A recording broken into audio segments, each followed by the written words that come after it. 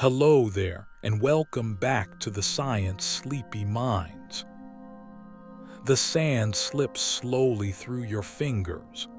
Each grain is a universe, warm from the sun, rough to the touch, utterly familiar. But something about it gnaws at your sleepy brain. What is this stuff really made of? You lie back under a faded blue sky, the kind painted by ancient philosophers and thick with the scent of olive trees. A goat bleats in the distance, and suddenly you're not just anyone. You're somewhere in ancient Greece, and someone is about to guess something so bold. It won't be confirmed for over 2,000 years. And you probably won't survive this realization, because it's going to twist your understanding of reality like a towel wrung dry. So, before you get comfortable, take a moment to like the video and subscribe, but only if you genuinely enjoy what I do here. Let me know where you're watching from and what time it is. I love seeing how far this sleepy little science caravan travels. Now dim the lights, maybe turn on a fan for that soft background hum, and let's ease into tonight's journey together. You walk past low stone walls, the air thick with time and arguments. This is the age of philosophers with sandaled feet and very strong opinions. You pass by Plato, who's still obsessed with perfect forms, and Aristotle, who insists that everything, made of earth, air, fire, and water. You nod politely and keep walking until you reach the curious mind of Democritus. He's not the most famous Greek, not even close. He doesn't start a school or charm kings or paint dramatic metaphors about caves and shadows. But he does something far weirder. He thinks the universe might be built from tiny, indivisible bits. He calls them atomos, which literally means uncuttable. You stare into a chipped clay bowl of lentils as he explains. Imagine, he says, breaking a rock in half, then breaking that half, and again. Eventually, you'd reach something so small it couldn't be split anymore. Those are atoms. No matter how hard you squint, you'll never see them. But they're everywhere, making up everything, including you. It's a tidy little theory, almost too tidy. But the ancient Greeks aren't really into testing things with experiments. They prefer sitting under trees and arguing until dinner. So while Democritus dreams of a world made of invisible building blocks, everyone else shrugs and goes back to debating whether fire is wetter than air. Spoiler alert, it's not. Still, you let his idea linger. Tiny particles, forever invisible, whirling around in an infinite void. Some stick together to form matter. Others bounce off each other forever. It's a peaceful, elegant thought, almost modern, really. But it's also deeply unpopular. Plato even calls Democritus dangerous and wants all his books burned. Real chill, Plato. For centuries, atomic theory goes nowhere. Like a forgotten scroll tucked behind dusty amphorae, it sits untouched. Instead, thinkers chase the four elements. They draw fiery triangles and watery circles, trying to explain why a rock is heavier than a feather. Hint: it's not about triangles. You lie on a mat, listening to a flute player practicing nearby. The music is soothing, but your mind drifts. What if Democritus was right? Historians still argue whether he invented the idea himself or adapted it from earlier thinkers, maybe even from cultures east of Greece. Either way, the seed was planted. And seeds, as you know, don't stay buried forever. The atom would sleep through empires, through the fall of Greece, the rise of Rome, the quiet whispers of desert scholars, the roar of Viking sails. People would dream of matter, transmutation, and the soul, but no one would pick up where Democritus left off. Not yet. Your dream shifts, centuries pass like mist, and you're somewhere else. An ancient library gone dark, papyrus curling at the edges. You see dusty sketches of wheels within wheels, stars fixed in crystal spheres, a cosmos more poetic than practical. No one's looking for atoms anymore. They want meaning, purpose, symmetry. But in the corner of your dream, Democritus still smiles. He sees the chaos of the world and knows there's an order hidden underneath it. Not divine, not mystical, just terribly small and terribly patient. The sleepy breeze rustles leaves above you. Somewhere, olive oil simmers in a pan, and you're still thinking about atoms, those invisible nothings that could make up everything. Funny how one forgotten idea could eventually change the world. You roll onto your side, gazing at the ancient sky now shifting toward dusk. Even without telescopes or particle colliders, Democritus imagined a universe made of infinite motion and minuscule pieces. It's like trying to describe jazz before inventing music theory.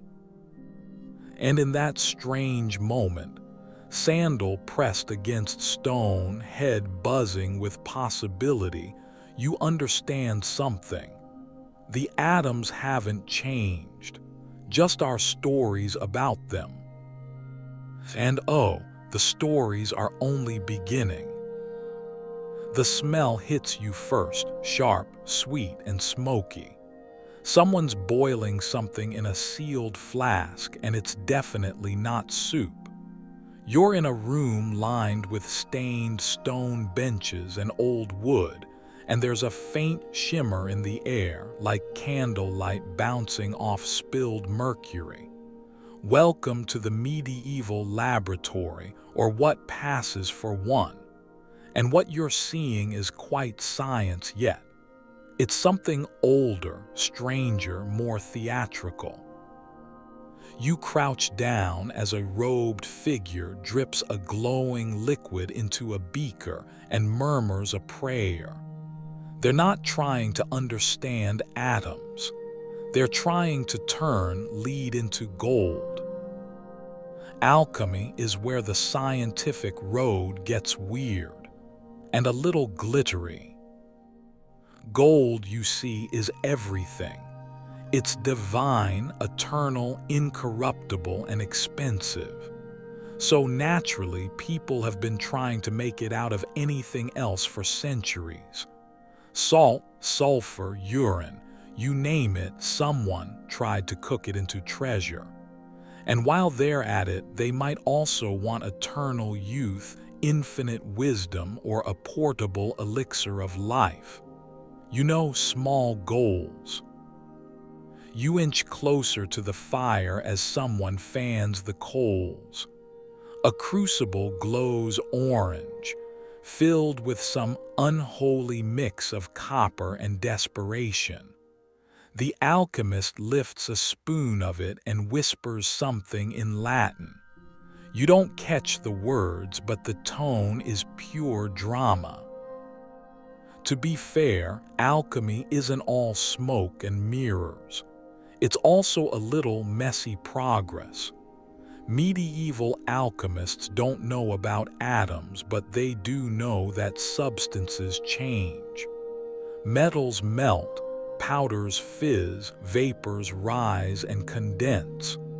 So they start numbing processes: distillation, sublimation, calcination, even if they have no idea what's happening on the inside. They scribble mysterious symbols in thick books. For mercury, for lead, female sign for copper. It's not chemistry, it's more like magical journaling. One fringe manuscript even claims that dew collected under a full moon produces lunar salt that can tame the fire in all beasts. Which sounds like a bad idea. Historians still argue whether alchemists genuinely believed in what they were doing, or if some were just clever con artists. Probably both.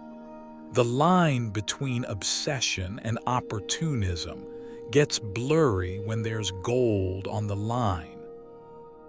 You move quietly past another bench where someone's trying to make the philosopher's stone. No, not the one with Harry Potter. The original one. The legendary substance that can transmute base metals into gold and grant eternal life. Totally reasonable weekend project. Of course, no one ever finds it, but the centuries of trying leave behind some very real progress.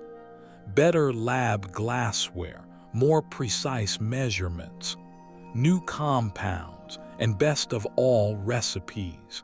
Yes, they're drenched in mysticism, but they're also proto-experiments. Take 3 parts vitriol, 2 parts powdered antimony, and a whisper of dragon's breath. Okay, maybe leave out the dragon. A few alchemists even get weirdly close to modern ideas. One oddball text describes all matter as made from tiny, invisible seeds that change shape under heat. Sound familiar? They don't call them atoms, but they're playing with the same puzzle pieces, just without the manual. You feel heat rising from a nearby furnace. It pulses like a heartbeat. The whole lab hums with possibility and peril. You can imagine why alchemy lasts for so long. It's romantic, hopeful. You're not just studying matter, you're transforming it, turning the ordinary into the extraordinary. That's a much nicer thought than your body is made of vibrating, meaningless particles. But eventually, you yawn, because all this bubbling and burning still hasn't answered the old question: what's actually inside things? Even the most promising alchemists can't answer it. They can describe reactions, but they don't know what causes them. They still believe in essences like metalness or hotness, floating around like invisible spirits. It's all vibes, no models. So you quietly back out of the flickering lab and step into the cool night. The stars are still burning overhead, each one a chemical fireball that nobody here understands yet. You wrap a cloak tighter around your shoulders and walk past a row of old monasteries. Somewhere, monks are copying texts that mix Aristotle, alchemy and astrology into one sleepy potion of confusion. Still, some minds are starting to itch. Somewhere in the Arab world, a scholar named Jabir ibn Hayyan is recording thousands of chemical experiments. He invents new acids, describes how to test for purity, builds apparatuses that future chemists will copy for centuries. He also believes in elemental balance and spiritual metals, but hey, progress is never linear. And somewhere else, in quiet corners of Renaissance Europe, dusty scrolls are being translated and reconsidered. Alchemy's grip is beginning to slip. But for now, you close your eyes and drift under a tree heavy with figs. You smell sulfur on your sleeves and ink on your fingers. The atom is still asleep, buried beneath layers of myth and metaphor. But the pot is boiling, and the lid can't hold forever. Eventually, someone will lift it, and the steam will clear. The scent of soot and wet stone clings to your clothes as the morning fog rolls over a grimy, cobbled street. You step over puddles, hear the distant clip-clop of hooves, and catch a flash of red from a passing carriage. The city is loud and filthy and somehow brilliant all at once. This is London in the 1600s. A place that smells like it's inventing science and forgetting to wash its hands. You duck into a small workshop where the air is dense with pipe smoke and poorly contained enthusiasm. Someone coughs, someone sneezes, someone's trying to pump the world's saddest-looking air pump. Welcome to the era of early experimentation, the time of vacuums, weights, and very ambitious wigs. Near the corner stands Robert Boyle, a quiet storm of curiosity in a long coat. He doesn't believe in the four elements, not anymore. He thinks air is something, not nothing. And more importantly, he believes you should test your ideas, not just argue about them over wine.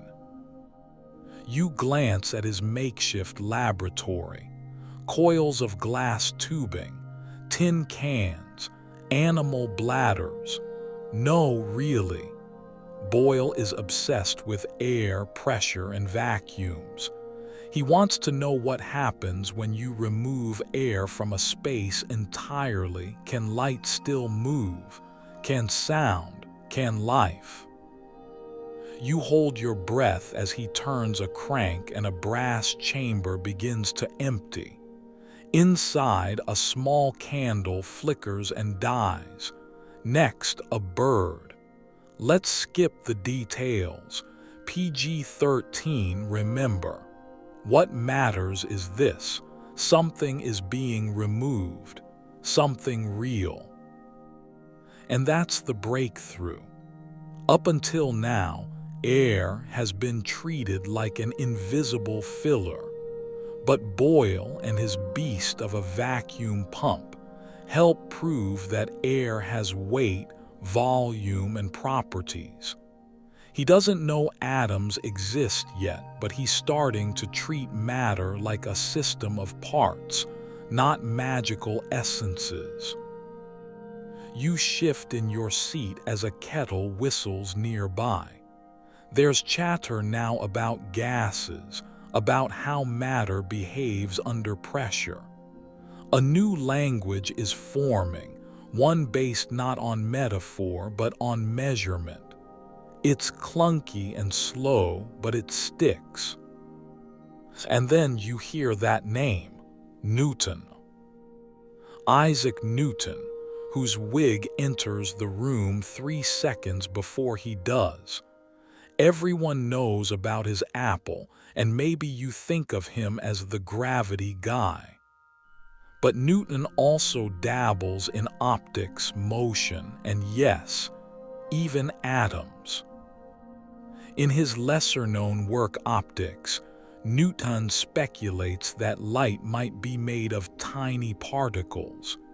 He wonders whether matter is composed of solid, massy, hard, impenetrable, movable particles. In other words, atoms, real physical ones, not just philosophical guesses. Still, Newton's focus is cosmic. He's busy inventing calculus in his spare time, which, frankly, is a bit much. While Newton calculates the heavens, others are focused on the lab bench. You turn toward another sharp mind, John Mayow. He's studying combustion and respiration. He proposes that there's a component of air, something he calls nitroaerial spirit, that is involved in burning and breathing. He doesn't know it yet, but he's sniffing around oxygen. Historians still argue whether this early oxygen theory was just a lucky guess or a genuine insight masked by bad terminology. Either way, you sip your imaginary tea and nod politely. Science is a messy house renovation, not a clean room build. Half the time, you're guessing what tools even exist. And then there's the bubbling undercurrent of skepticism. People are no longer content to take Aristotle at his word. You hear someone mutter, "We must unlearn what we know." That's not just poetic, it's necessary. The world doesn't run on fire and water. It runs on structure, quantity, and interaction. Still, this isn't chemistry yet, and it's definitely not atomic theory in the modern sense. But the ground is shifting. The air is being tested, weighed, bottled. The vacuum, once just a philosophical void, is now something you can hear being created with a hissing, gasping crank. You step outside into the London fog again, but something feels different. It's not just damp, it's material.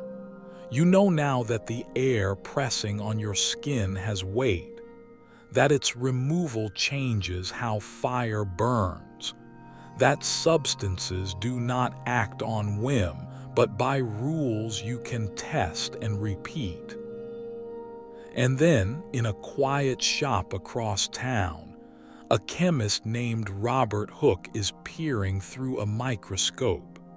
He draws tiny, honeycomb-like patterns in cork and calls them cells. He doesn't know yet that he's nomming the building blocks of life, but he's thinking in terms of parts. Everywhere you turn now, someone is discovering that the world isn't smooth and continuous. It's bumpy, layered, structured. And something tiny, something you can't see, is responsible.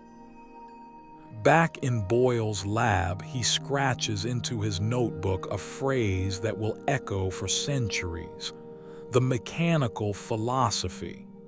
The idea that all matter is made of parts, tangible, interacting pieces, and that change is just movement. No spirits, no essences, just mechanism. And though they still can't see atoms, they're starting to believe in them again, not as poetry, but as particles. The kettle on the stove whistles again, a quiet reminder that steam has pressure. You feel your eyes grow heavy, your thoughts curling like vapor.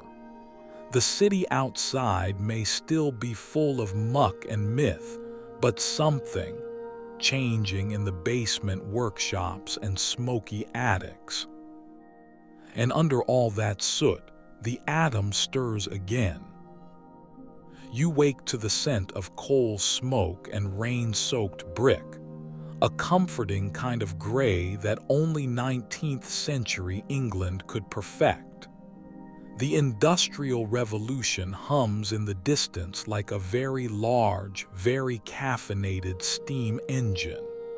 You're in a narrow alley now, somewhere in Manchester, and your boots crunch over blackened cobblestones.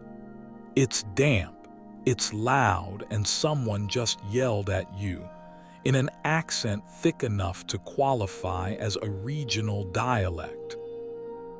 Welcome to the age of factories, furnaces, and a man named John Dalton. Dalton is not flashy. He's not the dramatic alchemist or the brooding Newton. He's a quiet Quaker who wears simple clothes, keeps neat notes, and obsesses over gases the way most people obsess over football. You find him bent over a lab bench, calmly boiling water and scribbling in his journal like the fate of the universe depends on his handwriting. And in a way, it does. Dalton's big idea is both shockingly simple and wildly overdue. Maybe all matter is made of indivisible particles, and maybe those particles are different for each element. He doesn't just guess this. He tries to measure it, like actually give weight to the unseeable.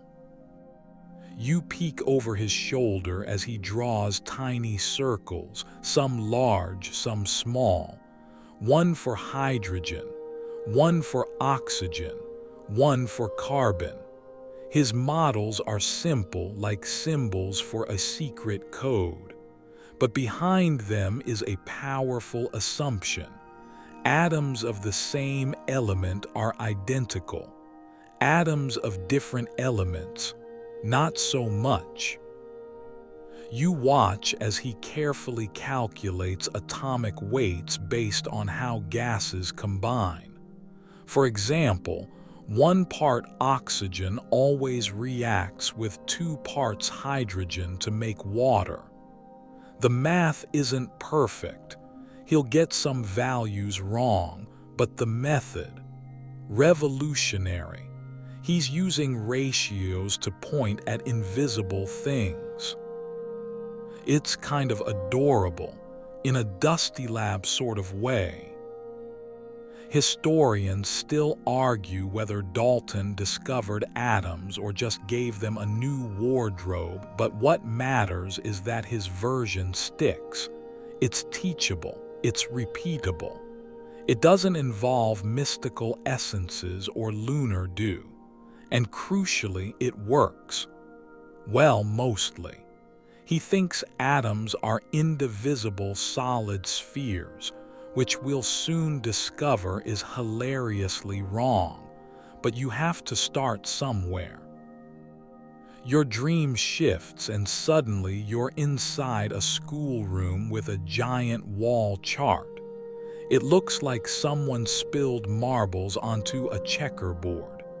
Each marble is labeled with a letter: O for oxygen, H for hydrogen, C for carbon. Dalton's influence spreads fast. His atomic symbols become the alphabet of chemistry. You sit through a smoky lecture where someone explains how atoms combine in fixed proportions. Water is H2O, they say, and somewhere in the back a student mutters, "Oh, I thought that was just branding." You smile. Atoms are now a working theory, not just metaphor, not just math. They're part of how you describe reality. And yet, there's still a lingering problem. No one can see these atoms. No microscope, no camera, no evidence beyond clever deduction. They're the ghosts of science, haunting the equations, showing up in the ratios, but forever hiding from view. So naturally, people start to push harder. You feel the tension rising, steam-powered progress chasing down the invisible. Chemists begin building elaborate classification systems, trying to map the relationships between elements. You stroll through dusty halls where names like Berzelius and Avogadro echo faintly. Avogadro, by the way, makes a bold suggestion. Equal volumes of gases contain equal numbers of molecules, regardless of what the gas is. People ignore him for decades, which feels personal, honestly. But when they finally do listen, it cracks open the next layer: molecules. That is, groups of atoms bound together in fixed structures. Water isn't just atoms floating near each other. It's a specific configuration, a recipe. Now the idea of structure starts to emerge. You picture atoms like Lego bricks, snapping together into precise patterns, not just floating in philosophical soup. The chemists of the day don't know about electrons yet, but they can sense the pattern, the choreography of how things bind and break apart. You pause by a classroom window and watch the rain streak down the glass. Outside, chimneys cough black clouds into the sky. Factories roar. The world is changing fast, and the atom has gone from a dusty Greek footnote to a tool of industry. Dalton never gets flashy with it. He doesn't build atomic bombs or fancy diagrams. He just keeps weighing things, trusting in the power of simplicity. He dies in 1844, before the atom becomes cool again. But his quiet legacy lives on in textbooks and tea-stained lab journals. And then, just as your thoughts start to slow, something flickers. A glow in a glass tube, faint, greenish, like a ghost tapping on the window of science. You don't know it yet, but things are about to get very strange. The room is dark, except for a single glass tube that hums with eerie green light. You're somewhere underground, probably a university basement, where the dust is thick and the rules are thin. Around you are shelves of coiled wires, leaky batteries, and at least one suspicious frog diagram. Welcome to the late 1800s, and welcome to the electrical glow that's about to break the atom wide open. You move closer to the tube, where two metal plates are sealed inside a vacuum and connected to a power source. A low buzz fills the air, the kind of frequency that makes your teeth itch slightly. Then, there it is again, that faint, otherworldly light arcing from one end to the other. What you're staring at is a cathode ray. And although it looks like a science fair stunt, it's going to open the door to a part of the atom no one even knew was missing. Cathode rays are a mystery. Are they waves? Are they particles? Are they gremlins? Scientists of the time throw every theory at the wall like overcooked spaghetti. You watch as researchers try blocking the rays with metal. Boom, shadow. That means the rays travel in straight lines. They try using magnets. Zap, the beam bends. That means it must be charged. And that's when things get wild. You meet a reserved man with a mustache and an exceptionally British vibe. J.J. Thomson.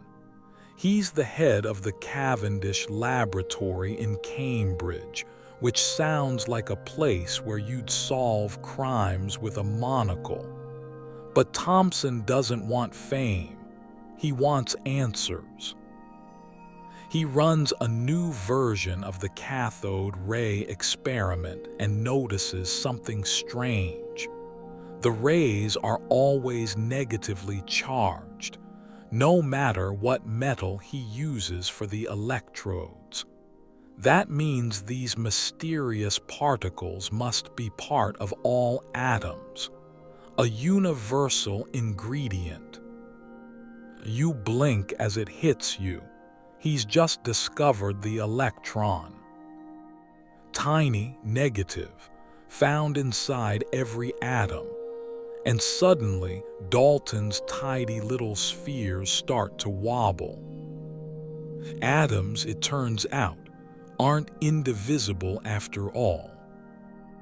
Thomson makes the announcement in 1897, and the scientific community promptly loses its collective mind. He's just found something smaller than the atom, something that belongs to the atom but can be separated from it. You lean back in your chair, stunned. All this time you've been picturing atoms as miniature billiard balls, solid, untouchable, but now you're looking at a kind of internal plumbing, a structure, a design. Historians still argue whether Thomson truly grasped what he'd found, or if he just tripped over it while playing with electricity. Either way, the effect is seismic.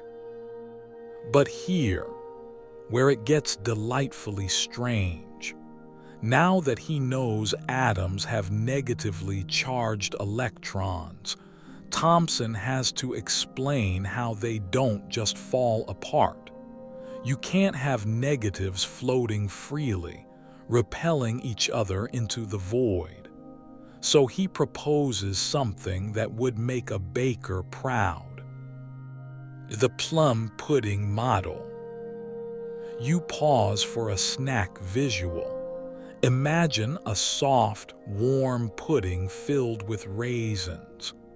The pudding part is the positively charged goo, and the raisins are the scattered electrons, balanced and cozy inside. You almost want to eat it if it weren't for the radiation hazard. You walk through a hallway covered in chalkboard equations. Everywhere you look, people are revising old models.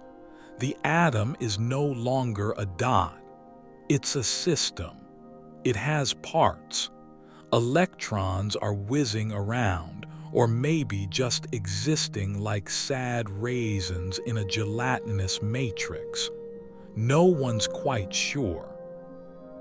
Even though the plum pudding model is eventually proven wrong, it marks a turning point.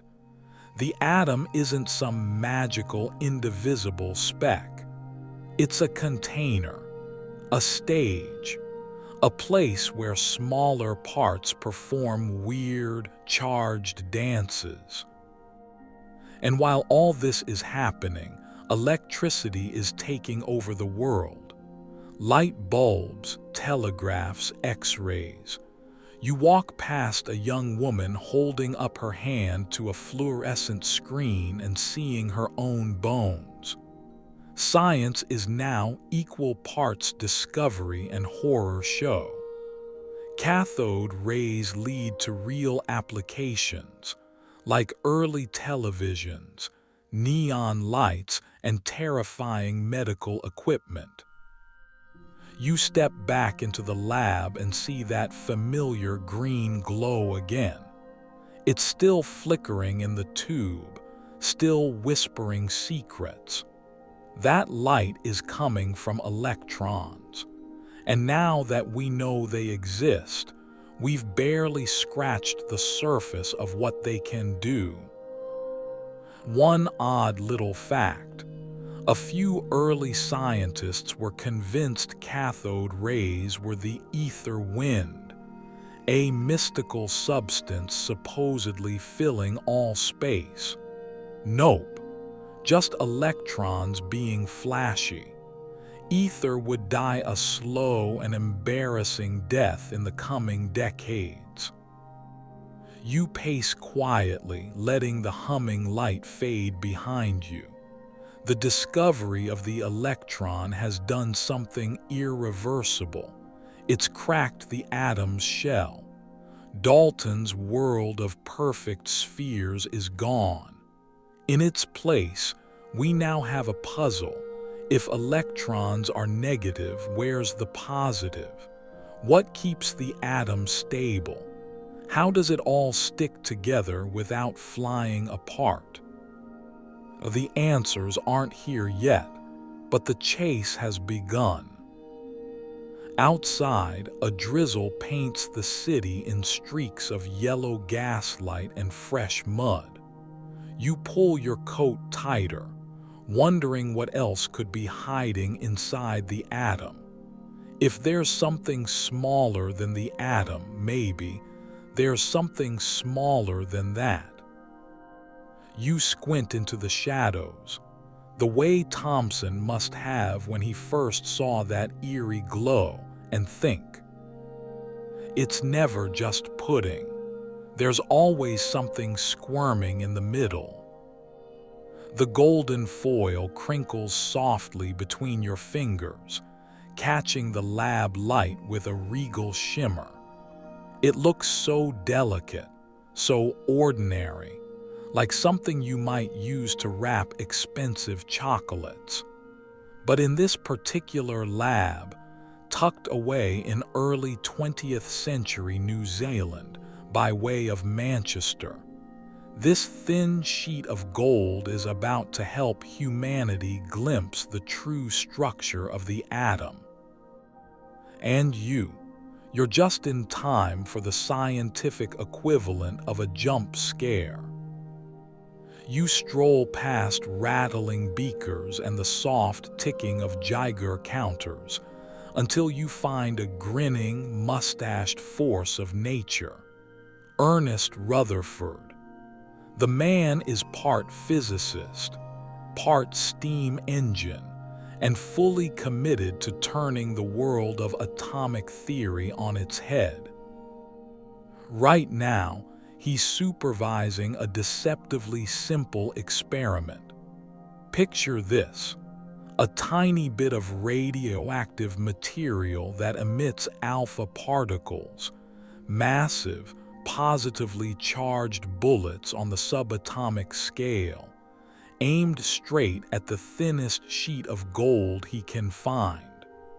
A fluorescent screen waits on the other side to detect where the particles land. Based on the plum pudding model, those particles should fly straight through the atom like peas through jelly. Smooth, uneventful. Maybe a slight nudge, but nothing dramatic. What actually happens? A ping. You jump.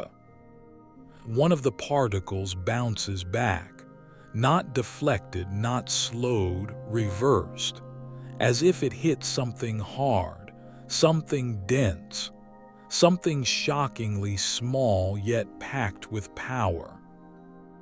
Ping, another. Ping. Now you're looking over Rutherford's shoulder as he furiously sketches the unexpected results. "It was almost as incredible," he later says, "as if you fired a 15-inch shell at a piece of tissue paper and it came back and hit you." Historians still argue whether he grasped the full implications immediately, but one thing is certain: his model of the atom will rewrite the textbooks. In Rutherford's new view, atoms aren't goo-filled spheres with sprinkled electrons. They're mostly empty space. At the center sits a tiny, dense, positively charged nucleus, like the sun at the center of a miniature solar system. Electrons orbit it at a distance, tiny, flickering satellites that barely take up any room at all. You feel dizzy just thinking about it. Everything you touch, everything around you, almost entirely empty. Solid objects are mostly just force fields and patterns pretending to be mass. You're walking on illusions, and you're made of them too. You pass a young assistant in the lab, Hans Geiger, who's helping count each little ping by hand. No fancy digital display, just patience and a sharp eye. Later, he'll help develop the Geiger counter, that iconic ticking box that clicks when it sniffs radiation. You make a mental note: radiation, about to become a very big deal. But back to Rutherford. His work isn't just a bold guess, it's based on experimental data, which makes it harder to ignore. The scientific world is stunned. The atom now has layers, a dense center, orbiting electrons, vast emptiness between. You step away from the experiment and peer into a bowl of sugar. It looks ordinary, but now you know. Every grain is a solar system. Trillions of nuclei spinning in silence, surrounded by electrons that are somehow both there and not there, waiting for the next revolution in thought. Fun aside, Rutherford hated the idea of splitting the atom for destructive purposes. He once called that kind of thinking moonshine. Whoops. But for now, he's focused on the structure. He's cracked the code of atomic architecture and given science something it hasn't had since Democritus: a working, physical model, one that feels real. You walk through the streets outside the lab. It's 1911. Cars rattle by. The world is on the edge of modernity, and no one in the crowd knows that they're made of almost nothing, that their bodies are mostly void, shaped only by electric forces and dense little nuclei. You pause beside a fence and run your hand along the iron bars. Solid, unyielding, but you now know the truth. If you could somehow shrink yourself down far enough, you'd fall right through. Like walking through a city where every building is 1,000 miles apart. So what's next? Well, Rutherford has shown us the nucleus exists, but what's inside that? Are protons alone? Are there other parts? And how do the electrons stay in orbit without just spiraling into the core like cosmic bugs drawn to a lamp? You'll need someone else to answer that. Someone who likes orbits, math, and neon lights. But for now, the golden foil crackles softly as Rutherford's experiment fades behind you. The atom is no longer a mystery box. It's a universe of space, charge, and structure. And suddenly, everything seems just a little more magical and a little more empty than it did before. Oh, and a fringe tidbit. Some of Rutherford's early notes on radioactivity were nearly lost because a lab assistant used the paper to clean glassware. So yes, science nearly wiped itself up with its own Nobel-worthy breakthrough. It's fine, we're fine. Mostly. You find yourself bathed in neon, soft pinks, icy blues, and flickering reds that spell out coffee and open 24 hours in cursive buzz. It's nighttime, and the city feels wrapped in glass and light. But the glowing signs aren't just urban decoration. They're living proof of a new atomic idea. And in the middle of all this electric hum, one Danish physicist is drawing imaginary circles on a blackboard, trying to make the atom behave. Meet Niels Bohr, the man who decides that electrons deserve better choreography. You sit beside him in a dim lecture hall where he's frowning at Rutherford's atom like it just insulted his mother. You remember Rutherford's model, tiny nucleus, electrons orbiting around like planets around a sun. Pretty sure. But there's a problem. Basic physics says those electrons should be radiating energy as they orbit, like tiny spiraling satellites, and eventually they should crash into the nucleus. Which doesn't happen, so either atoms are lying or physics is. Bohr decides to rewrite the rules. He proposes something audacious. Electrons don't just orbit randomly, they occupy quantized energy levels. Specific orbits, set distances, like steps on an invisible staircase. You can't stand between steps, and electrons can't hover in between energy levels. You twirl your finger in the air, tracing the path of one such electron. It zips along a circular orbit until, pop, it absorbs a photon and jumps to a higher orbit. Then it cools off and drops back down, releasing light in the process. That's the glow in your neon sign.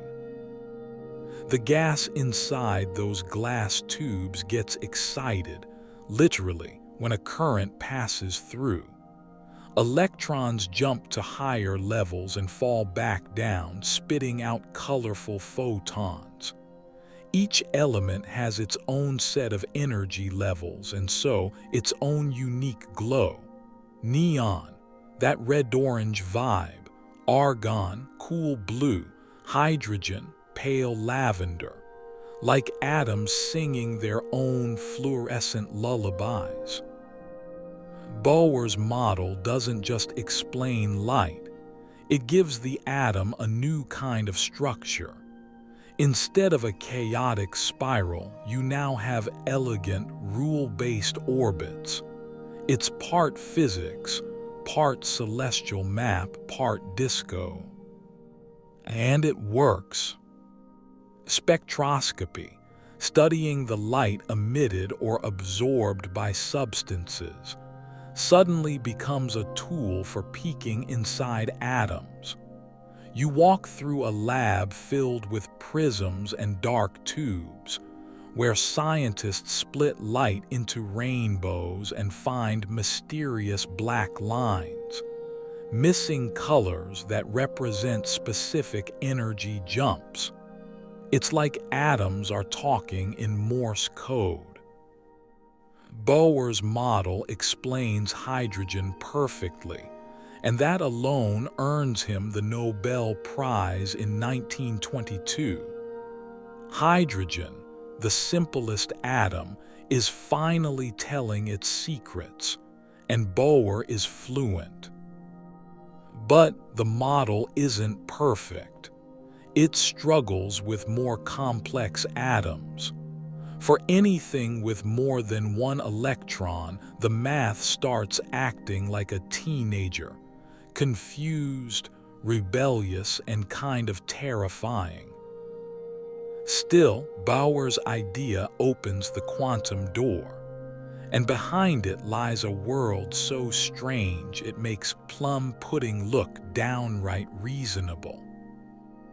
Historians still argue whether Bohr truly believed his orbits were real, or just a useful metaphor.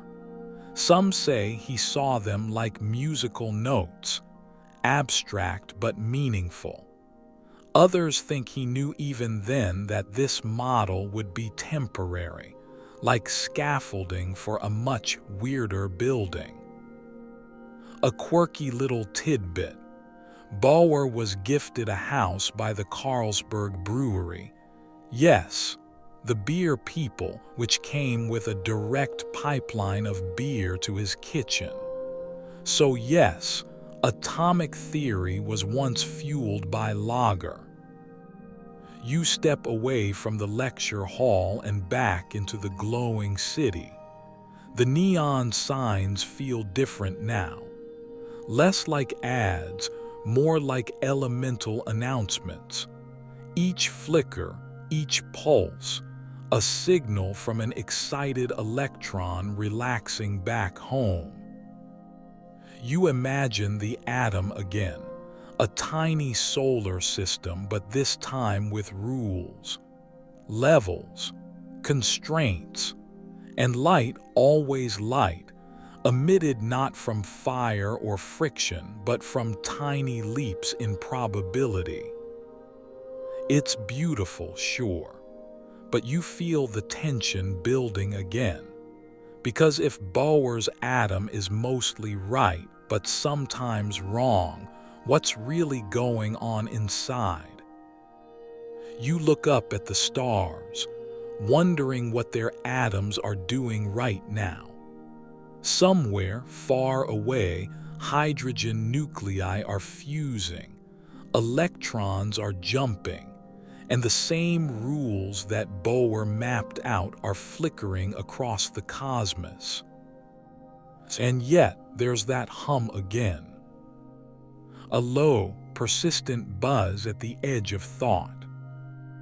The atom is not done surprising you. Because soon, you won't be able to know exactly where that electron is, or even if it's there at all.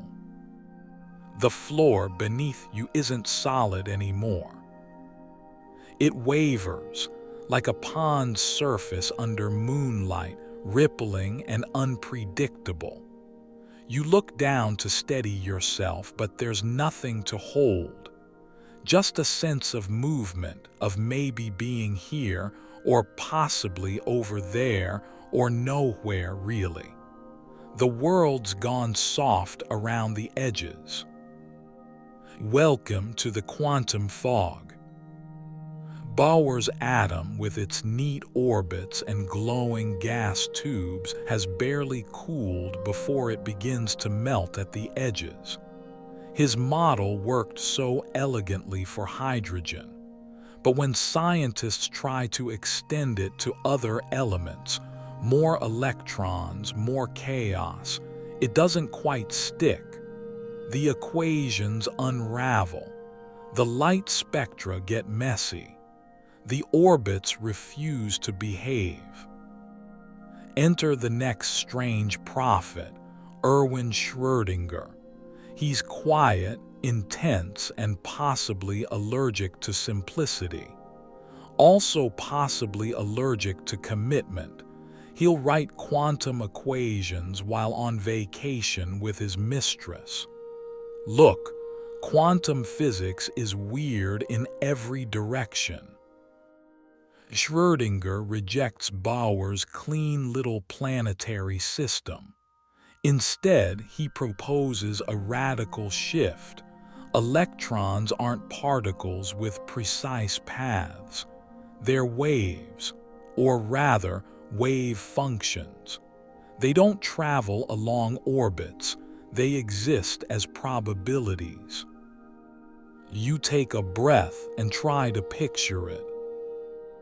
Instead of an electron spinning neatly like a moon around a planet, imagine a smear, a fuzzy, vibrating cloud. The electron isn't in a specific place. It might be in a few places. It probably is near the nucleus. But until you look, until you measure it, you don't know. And this is where it gets really fun. It's not that you can't find the exact location. It's that the electron literally doesn't have one until it's observed. You're not just blindfolded. You're chasing something that only solidifies when you blink. Schrödinger writes an equation that describes how these probability clouds behave. It's elegant, it's terrifying, and it makes you feel like you've left the world of marbles and billiard balls far behind. The atom is now a jazz solo, a flickering possibility cloud. A place where matter isn't quite matter until you interact with it. To illustrate how absurd this all is, Schrödinger dreams up a now infamous thought experiment. A cat, in a box, with a vial of poison and a radioactive atom. If the atom decays, the vial breaks and the cat dies. If the atom doesn't decay, the cat lives. But until you look inside the box, the cat is neither alive nor dead. It exists in a kind of tragic limbo. Zombie kitty. It's absurd on purpose. Schrödinger wanted to show how quantum logic breaks down in the macroscopic world. But instead, the image sticks and becomes a symbol for quantum weirdness. Historians still argue whether Schrödinger was mocking quantum indeterminacy or secretly seduced by it. Either way, his equation becomes central to modern physics. You now imagine the atom not as a set of rings, but as a complex three-dimensional cloud. Electrons flit through space as waves of probability.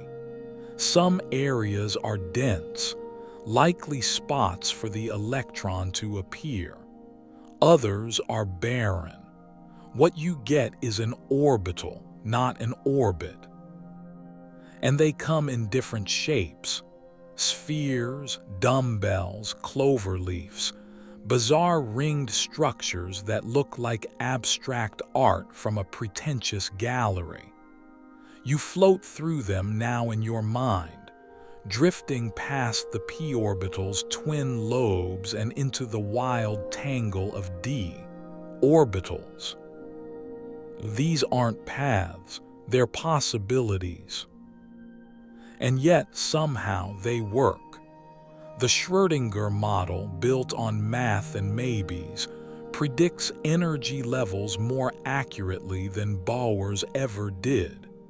It explains chemical bonds, spectral lines, the structure of the periodic table.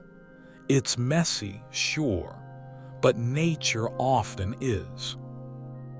And hovering somewhere in the mist, you meet another familiar voice. Louis de Broglie, who proposed that particles, like electrons, can also behave like waves. It's not just Schrödinger's idea. It's part of a wider shift. Everything small is smeared. Even you technically have a wave function. But don't worry.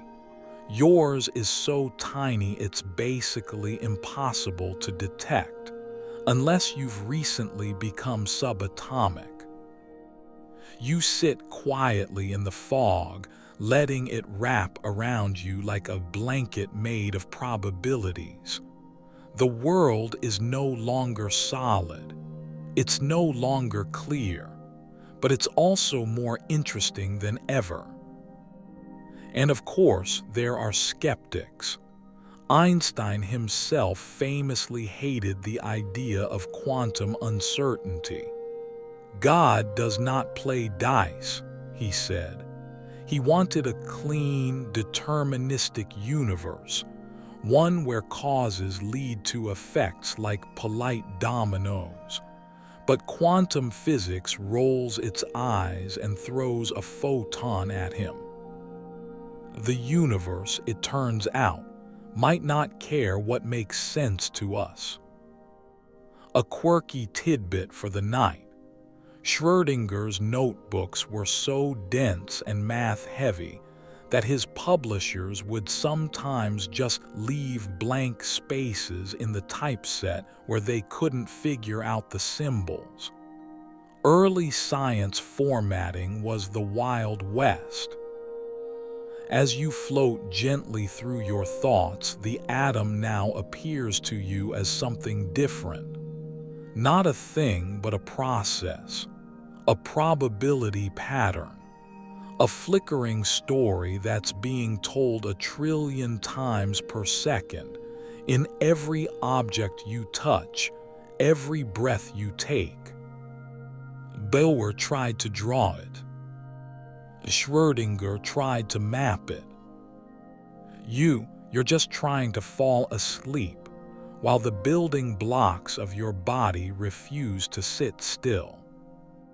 But don't worry, that's normal. In the quantum world, everything is weird. You're holding a ruler in one hand and a stopwatch in the other, trying very hard to measure something. But no matter how still you stand, how sharp your focus, the thing you're trying to catch keeps slipping. One moment it's over here, then it's maybe over there, or both, or neither. This isn't you being clumsy, it's physics laughing directly in your face. Because now, dear traveler, you've arrived at the uncertainty principle. You blink and the ruler vanishes. The stopwatch melts into fog. Welcome to the world of Werner Heisenberg, a brilliant young German physicist with a fondness for math and absolutely zero patience for classical intuition. Heisenberg proposes something wild, frustrating, and deeply true. At the quantum level, you can't know both the position and the momentum of a particle with perfect accuracy. The more precisely you know one, the fuzzier the other becomes. It's not a technological limitation. It's a fundamental rule of reality. You sit on the floor and try to picture it. Imagine an electron. You want to know where it is, so you hit it with a photon, shine a light on it. But that light gives it a nudge, changes its speed. Now you know where it was, but you've ruined any chance of knowing where it's going. It's like trying to take a photo of a shy ghost. You get a blur or a spot, but never both at once. Heisenberg writes the math, and the world groans. Scientists had just started to wrap their heads around electrons as waves, atoms as clouds, and now they have to accept that there are limits to what can ever be known. Historians still argue whether Heisenberg's principle was more a statement about nature or about information, about what is or what we can know. Either way, it sticks. You don't get to pin down reality at this scale. You get shadows, tendencies, probabilities. You adjust your pillow and chuckle softly. So far, we've gone from marbles to raisin puddings to solar systems to vibrating clouds and now uncertainty blankets. Maybe reality just doesn't like being defined. Maybe it needs space to breathe. Back in Heisenberg's time, this idea was radical, but some scientists embrace it. The atom isn't a thing to be solved anymore. It's a theater of unpredictability.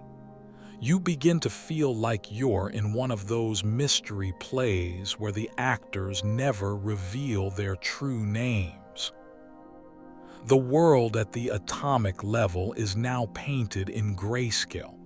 Not this electron is here, but this electron has an 84% chance of being somewhere around here. Not this nucleus holds protons, but we think it's about this dense, give or take a few percent. And all this fuzziness isn't just a theoretical headache, it matters. It shapes how atoms bond, how energy transfers, how entire stars are born. Without uncertainty, you wouldn't have chemistry, or light, or warmth, or dreams. It's even embedded into the very notion of measurement. You picture a tiny electron waving at you politely from behind a veil. Sure, it seems to say, you can try to see me, but the moment you look, I'm already somewhere else. Even today, physicists run up against this rule. Build a better particle detector, still uncertain. Smash atoms in a collider. Better resolution, same limits. Reality draws the line and you do not cross it. A quirky tidbit. During World War II, Heisenberg worked on Germany's nuclear program, but his exact intentions remain a mystery. Some say he deliberately sabotaged the project by making key mistakes. Others argue he simply couldn't overcome the scientific hurdles in time. Either way, his role in atomic history is shadowed, like his own principle. You roll over, your blanket bunching up just so, and smile at the irony. The very law that tells you certainty is impossible becomes one of the most certain truths in physics. And yet this idea isn't entirely isolating. There's something oddly comforting about it, like the universe is gently saying, hey, you don't need to know everything, just enough. So now, when you look at a beam of sunlight slicing through your curtains, you'll know there's a whole universe of electrons behind it, dancing, disappearing, reappearing, never fully caught. Not because you're not clever enough, but because that's just how the universe plays. You sit with that thought for a while, feeling your own location become a little more maybe. Your thoughts drift, untethered like orbitals around a quiet nucleus of sleep. And somewhere in the smallest parts of you, uncertainty hums gently. You're watching a cosmic ballet, and it's got rhythm, flair, and more than a few pirouettes. Inside a single atom, invisible dancers spin, flip, and twist across axes that no classical stage could hold. You're not dreaming. You're just deep enough into the quantum world now to meet one of its most elegant and baffling phenomena. A spin. Not spinning like a top. That would be too easy. No, spin in the quantum realm doesn't mean rotation in space. It's a property, not a motion. Like electric charge or mass, but weirder. You can't point to it directly, but it shapes everything. You lie back, eyes half closed, as physicists try to explain it using hand gestures and increasingly abstract metaphors. They say particles have spin up or spin down, which sounds like laundry settings. They try to describe it using vectors and complex equations, but you're here for the sleepy version. So think of it like this. Spin is a particle's invisible personality, a subtle fingerprint that determines how it behaves in magnetic fields and whether or not it gets along with other particles at dinner parties.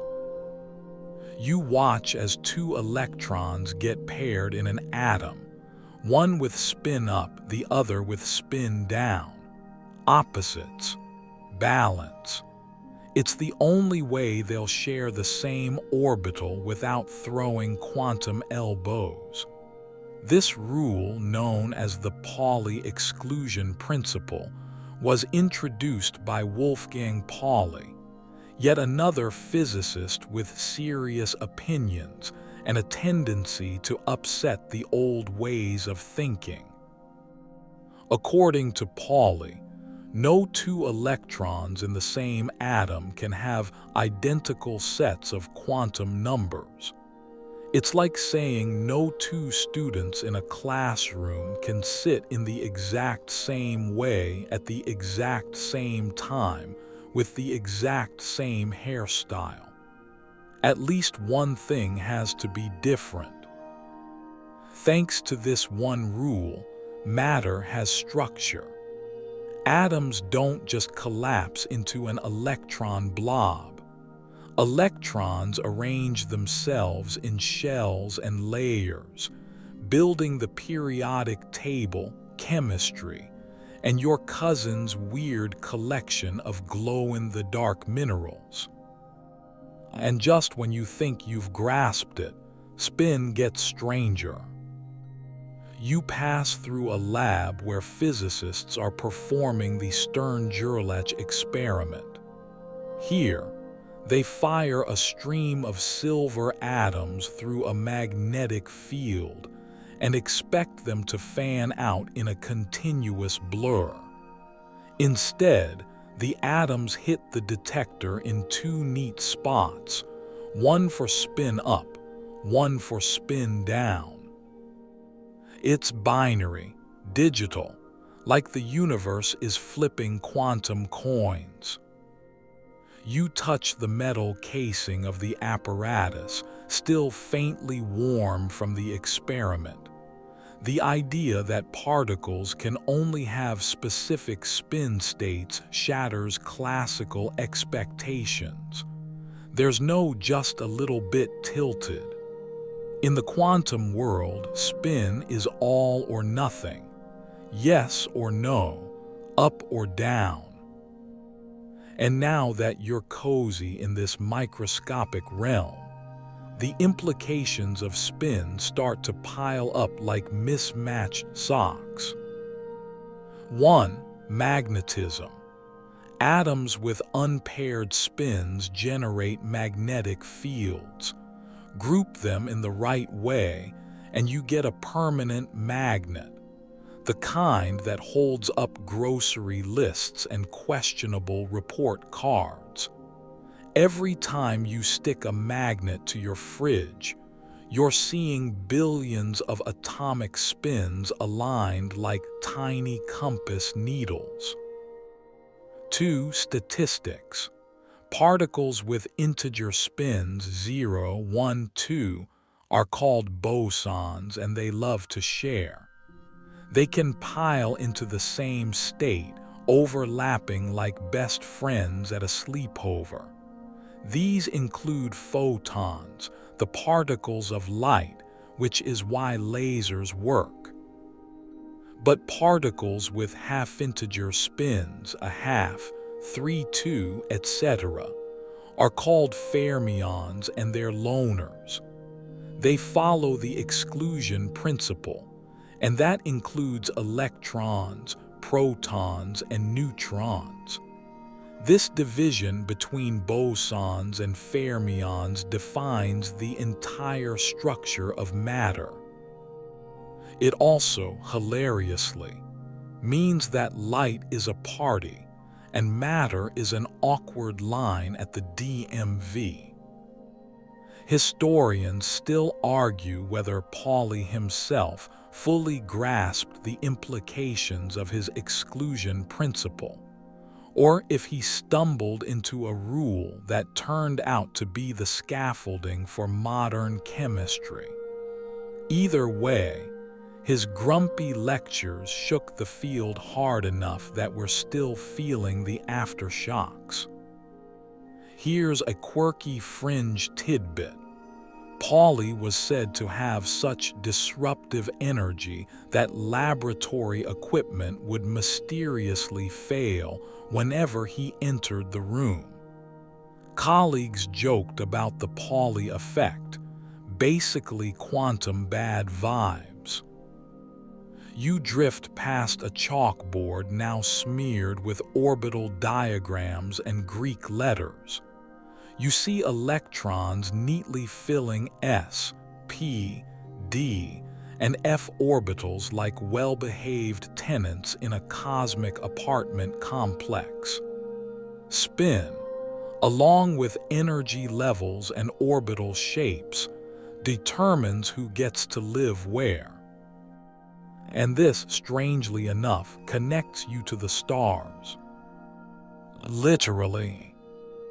The atoms inside your body, carbon, oxygen, nitrogen, formed in the hearts of stars, where electrons and nuclei behaved according to these very rules. Spin governed the reactions. Spin shaped the paths. Spin wrote the script. When those stars exploded in supernovae, they scattered those atoms across the galaxy. They drifted, they cooled, they became planets, and eventually, somehow, you. So as you lie there now, halfway between physics and dreams, remember, you're a structure built from spinning probabilities. Your thoughts, your heartbeat, your breath, they're all underwritten by a rule that says electrons can't sit too close together. You are the way you are because the universe didn't let particles get too cozy. The stars above you don't twinkle anymore, they burn. Fiery, relentless, and precise, each one a nuclear furnace roaring in silence. You're floating through the dark, not in space exactly, but in a dream of what lies behind everything. What holds the stars together? What powers their light? What built the atoms inside your bones? And here's the twist. The very same particles that gently whisper through your body are capable of violence. Under the right conditions, Atoms don't just bond or glow, they explode, fuse, and die. Welcome to the sharp edge of atomic behavior, the part that makes history very nervous. It begins with fusion, the process that powers stars. You float toward a glowing mass of hydrogen, trillions of atoms bumping and bouncing in extreme heat and pressure. Normally, hydrogen nuclei, just single protons, repel each other because of their positive charges. But in a star's core, it's hot enough to smash them together anyway.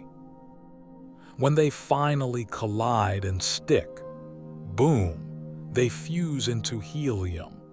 A little mass disappears. A lot of energy is released. That's E equals mc2 in action, Einstein's famous equation, which tells you that mass can be converted into energy, and in this case, a terrifying amount of it. You drift past the sun's core, feeling the pulse of fusion reactions happening millions of times per second. Light from those reactions takes tens of thousands of years to reach the surface, and just 8 minutes to reach your window. It's beautiful, it's balanced, and it powers everything you know. But fusion is only half the story. You blink and the scene changes. You're in a dim lab again, but this time the air feels heavier, sharper. A new kind of discovery is on the table, one that doesn't bind atoms together but rips them apart. Meet nuclear fission, discovered by accident in the 1930s when scientists tried shooting neutrons into uranium atoms. Instead of absorbing the neutron and just getting a little heavier, the uranium split into 2 smaller nuclei, plus more neutrons, plus a blast of energy. It was as if they'd stumbled on a secret trapdoor inside the atom. You peer over a chalkboard where equations spiral like storm clouds. 1 neutron becomes 2, 2 become 4, 4 become chaos. That's a chain reaction, a self-sustaining cascade where each fission releases new neutrons, which cause more fissions, which release even more energy. You've just built the atomic bomb, whether you meant to or not. Historians still debate whether fission would have been weaponized so quickly without the geopolitical pressures of World War II. Either way, you're now standing in the shadows of Los Alamos, watching the Manhattan Project unfold. White coats, nervous glances, the theoretical becomes real. Then Trinity, July 16, 1945, the first nuclear detonation. The sky turns to fire, the ground ripples, the mushroom cloud rises, and humanity learns something it can't ever forget. Atoms can light cities or erase them. You float, stunned, through the radioactive silence. But atomic energy isn't all mushroom clouds and fallout. Fission also powers nuclear reactors, where the chain reaction is carefully controlled to heat water, spin turbines, and generate electricity. Light bulbs powered by splitting atoms. Microwaves running on uranium. You sit at a cafe lit by something that began with a neutron and a whisper. Still, that unease never fully goes away. You wander through the 1950s, an age obsessed with the atom. Atom-powered submarines, atom-themed diners, atomic cocktails for some reason. A blend of optimism and barely concealed dread. Better living through chemistry, they say, while also digging bomb shelters. And yet, even through the tension, nuclear research keeps going. We discover that atoms heavier than iron don't naturally form in stars. They're made in supernovae, where fission and fusion rage together in unimaginable violence. That means the gold in your wedding ring, forged in a dying star. Kind of romantic, also vaguely terrifying. You sit now in a darkened room lit by a single glowing screen. It shows a map of the periodic table, but this time you understand it differently. Each element is a record of atomic structure, yes, but also of energy, of stability, of potential. Some atoms are peaceful, some are waiting to ignite. And then, as you glance sideways, you find yourself in a reactor core. Bright rods, water swirling, neutrons controlled like lions in a circus. This isn't a bomb, this is power. A controlled chain reaction, heating cities, running factories, even powering satellites. One misstep, though, and it unravels. You drift past the memory of Chernobyl, where a test went wrong, the core exploded, and radioactive clouds blanketed the sky.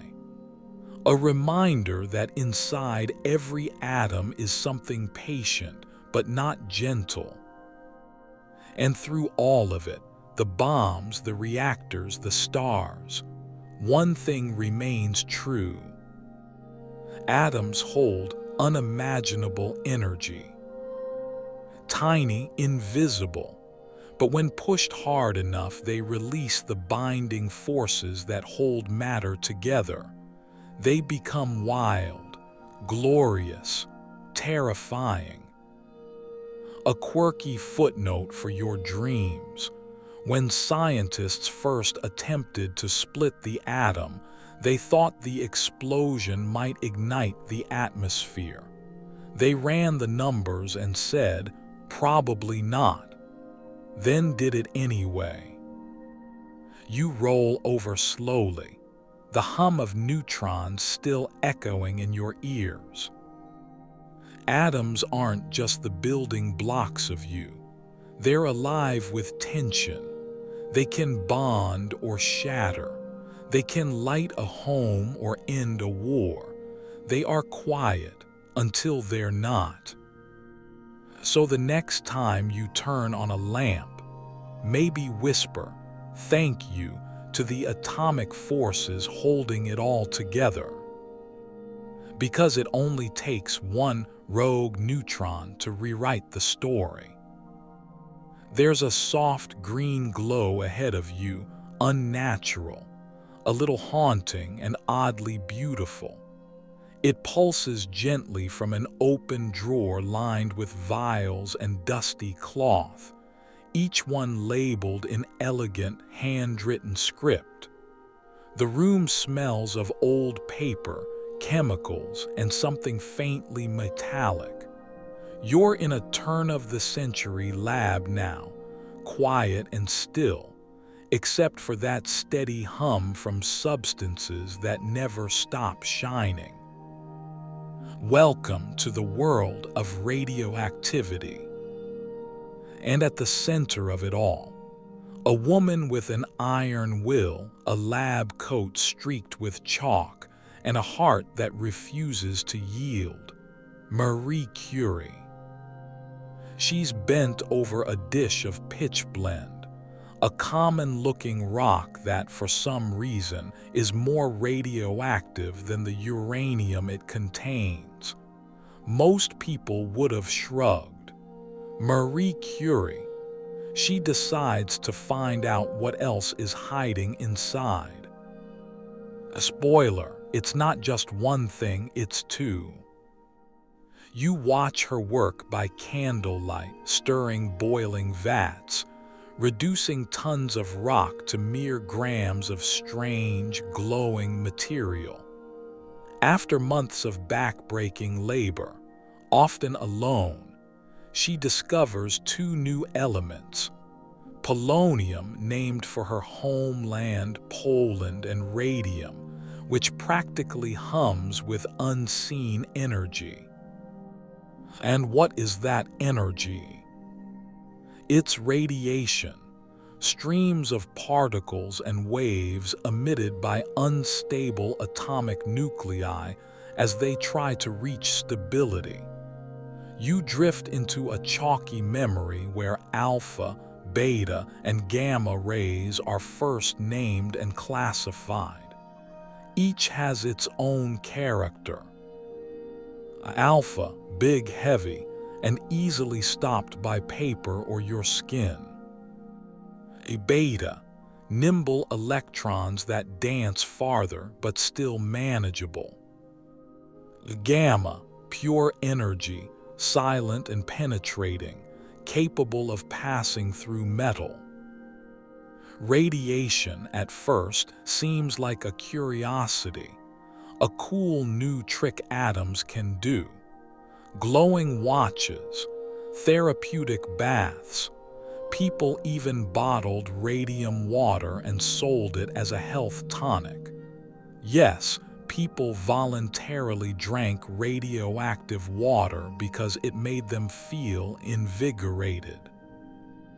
Historians still argue whether they knew better or just really loved glowing urine. You step softly through Curie's lab, past notebooks that are still radioactive to this day. Literally. Visit her archives in Paris, and you'll need protective gear just to touch her notes.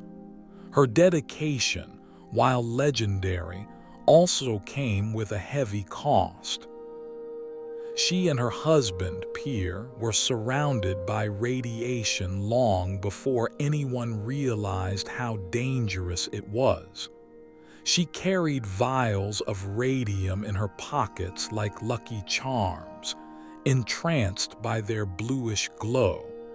Eventually, it would ravage her health, but she never stopped. Marie Curie would go on to win 2 Nobel Prizes, one in physics, one in chemistry, the only person ever to do so in 2 different sciences. And she'd never use the fame for money or influence. She wanted the world to know, not to fear, the atom. You sit down at a table where someone's holding a Geiger counter. It clicks softly near a chunk of uranium glassware. Each tick is the whisper of an unstable atom transforming, releasing its energy in a slow, invisible sigh. But radiation isn't always destructive. You lean closer to an old X-ray machine. First discovered by Wilhelm Röntgen, X-rays use high-energy electromagnetic waves to peer inside the human body. For the first time, bones could be seen without breaking the skin. Early machines were installed in shoe stores, so customers could admire their skeletal feet while buying new loafers. Comforting. You watch as the medical field changes overnight. Radiation becomes both a healer and a destroyer. It's used to shrink tumors, sterilize equipment, and map the mysteries of the brain. Curie herself developed mobile X-ray units during World War I. She called them little Curies, and trained nurses to use them near the front lines, saving thousands of lives. Still, the darker edge of radiation always lingers. You see factory girls, the radium girls, painting watch dials with luminous paint. They're told to lick the brushes to get a finer point. Their jaws glow. Their bones crumble. The fallout isn't just physical, it's legal. These women's suffering sparks early workplace safety laws, a hard, glowing price for knowledge. You lie back again, thinking of the atom in a new way. Not just a structure or an energy source, but a clock. Unstable isotopes decay at fixed, predictable rates. That's how we use carbon-14 dating to peer into the past. Archaeologists determine the age of ancient bones, wooden tools, even mummies, by watching atoms break down. The atom becomes a timekeeper, its quiet decay marking the years, the centuries, the eons. Time written in isotopes. And here's a fringe tidbit for your dreams. Bananas contain potassium-40, a naturally radioactive isotope. Eat enough bananas and your Geiger counter will start whispering. Don't worry, it's safe. Probably. As you drift into the softer part of the night, you picture those glowing elements again. The steady tick of decay. The soft, silent light of radium.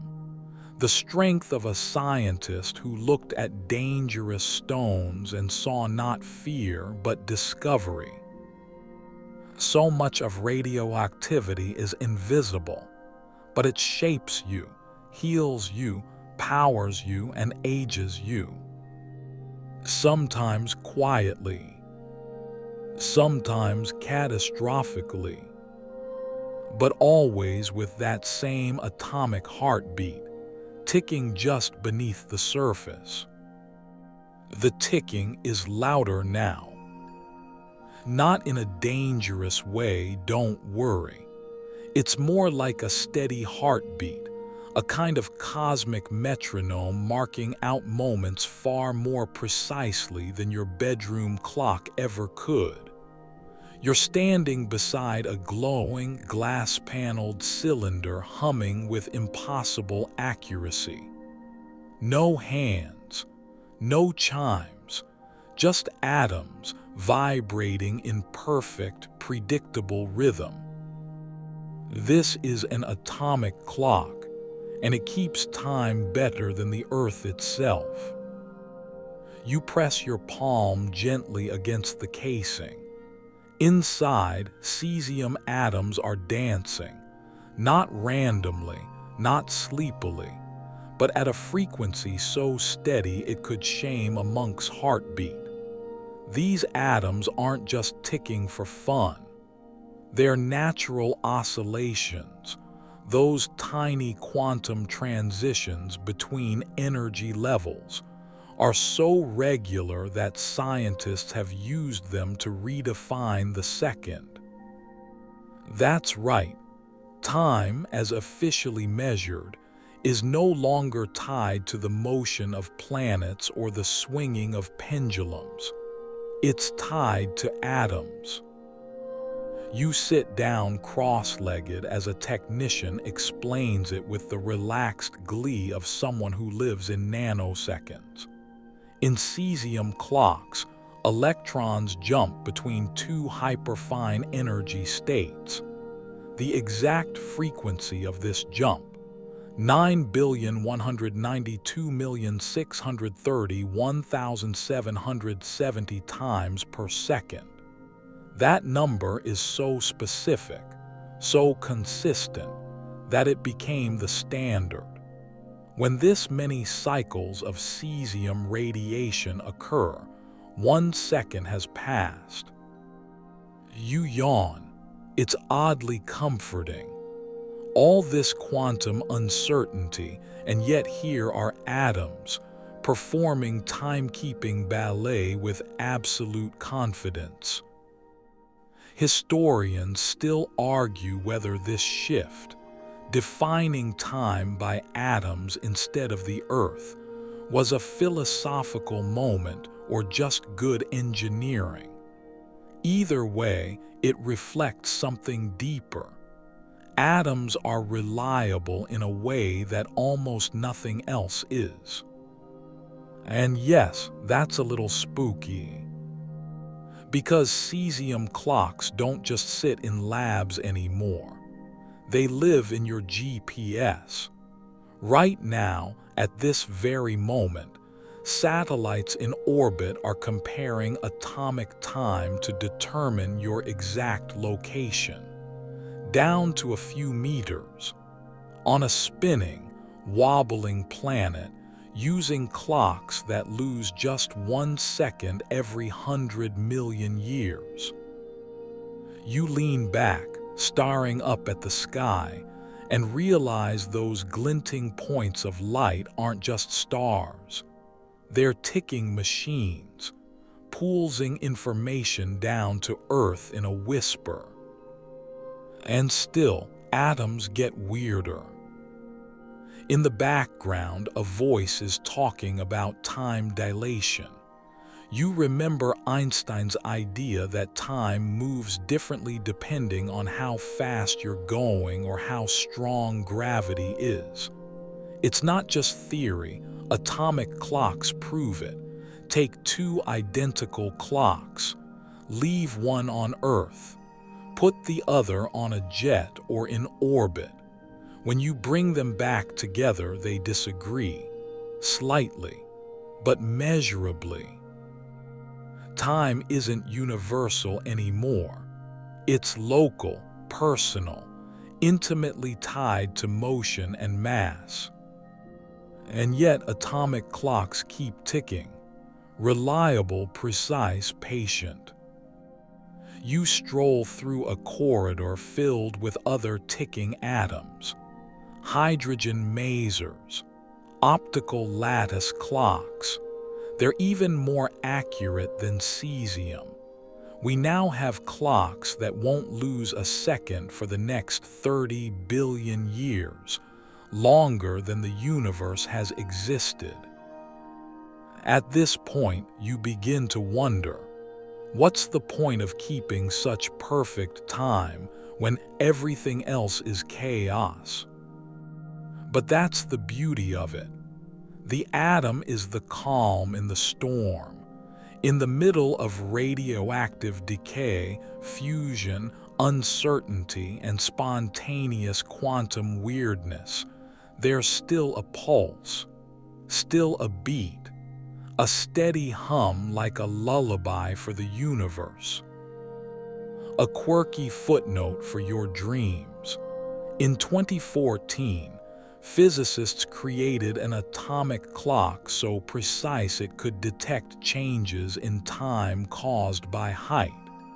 Move the clock up just 1 foot, and it ticks slightly faster due to weaker gravity. Time moves differently on your head than on your toes. You pause at that. Somewhere in your own body, atoms are ticking too. The ones in your bones, your blood, your brain, not synchronized, not standard, but still ticking, still whispering time forward, 1 beat at a time. You reach for a notebook, draw a line, 1 second, 2 seconds, but you feel it differently now. Time isn't just passing, It's unfolding through particles, a fabric of oscillations and vibrations that make the universe run. No gears, no sand, just atoms doing what they've always done.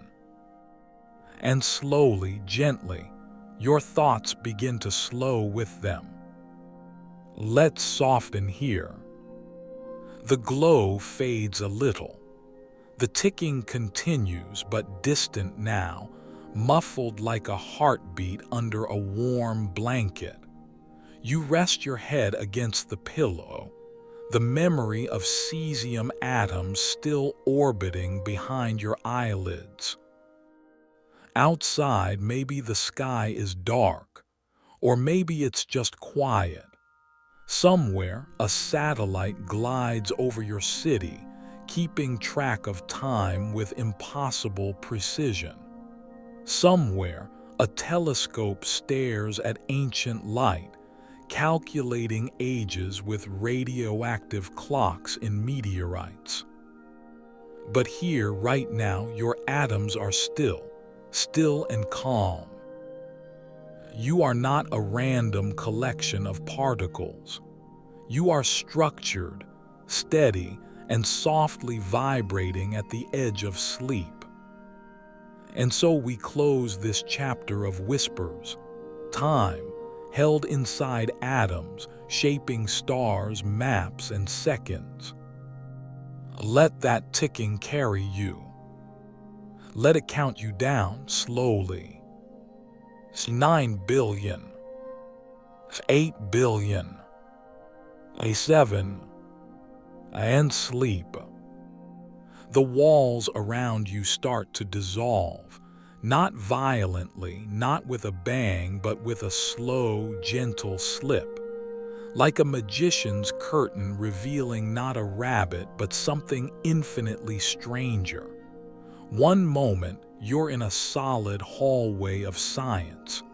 The next, you're inside it, beneath it, watching particles pass through places they shouldn't. Because now, dear wanderer, it's time to meet the phenomenon that gives even seasoned physicists migraines and goosebumps in equal measure.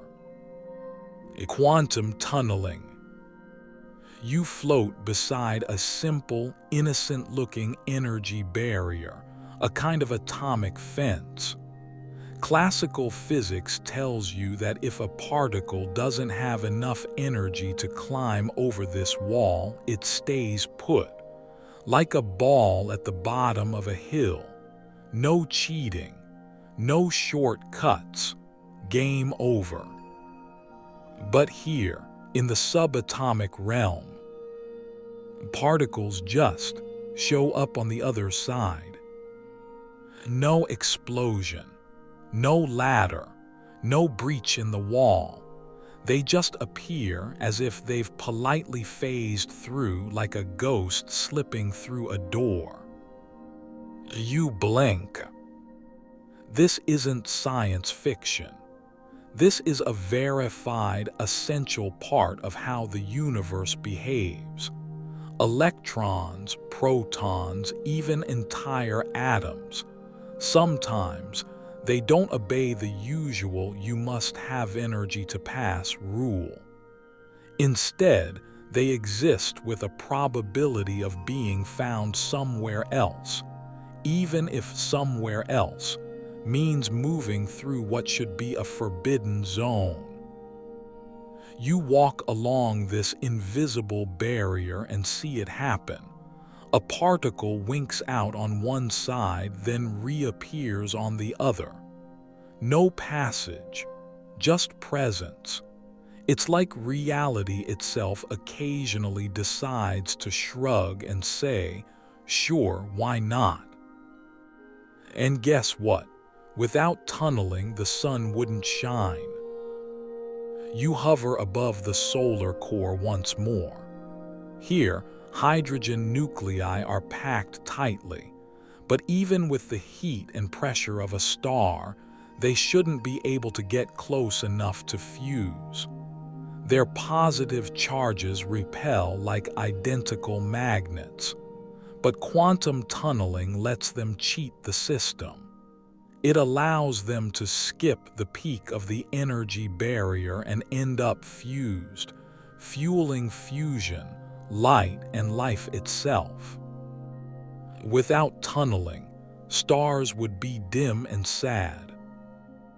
You drift back into the lab now, where scientists in crisp coats are staring at semiconductors. They're building things that work because of tunneling: transistors, diodes, quantum dots. Your phone, your computer, your entire digital life is powered by particles doing things they shouldn't. At this point, you might be asking, but how does it work? A great question. No one knows. Or rather, they know how to calculate it. There's a lovely equation in quantum mechanics called the Schrödinger equation that gives the probability a particle will tunnel through a barrier. But why reality allows it? That's still up for debate. Historians still argue whether tunneling should be seen as a glitch in the simulation, a shadow of hidden dimensions, or just a fact we need to stop questioning before we sprain our brains. The world accepts it, even if it doesn't understand it, like teenagers accepting the weirdness of taxes. You now step into a quiet wing of science, quantum biology. Still controversial, still speculative, but growing. Some researchers believe that tunneling plays a role in enzymes, olfaction, even photosynthesis, the very process by which plants convert light into sugar.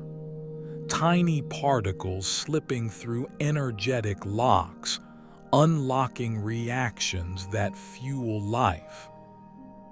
You close your eyes and imagine it: roots growing, leaves stretching, vines twisting towards sunlight, all powered by electrons ghosting through barriers. Nature doesn't wait for permission. And then there's radioactive decay. Certain atoms only shed particles thanks to tunneling. For example, alpha particles inside a nucleus shouldn't have enough energy to escape. But they do. Not every time, but enough. It's like the universe has built-in quantum escape hatches.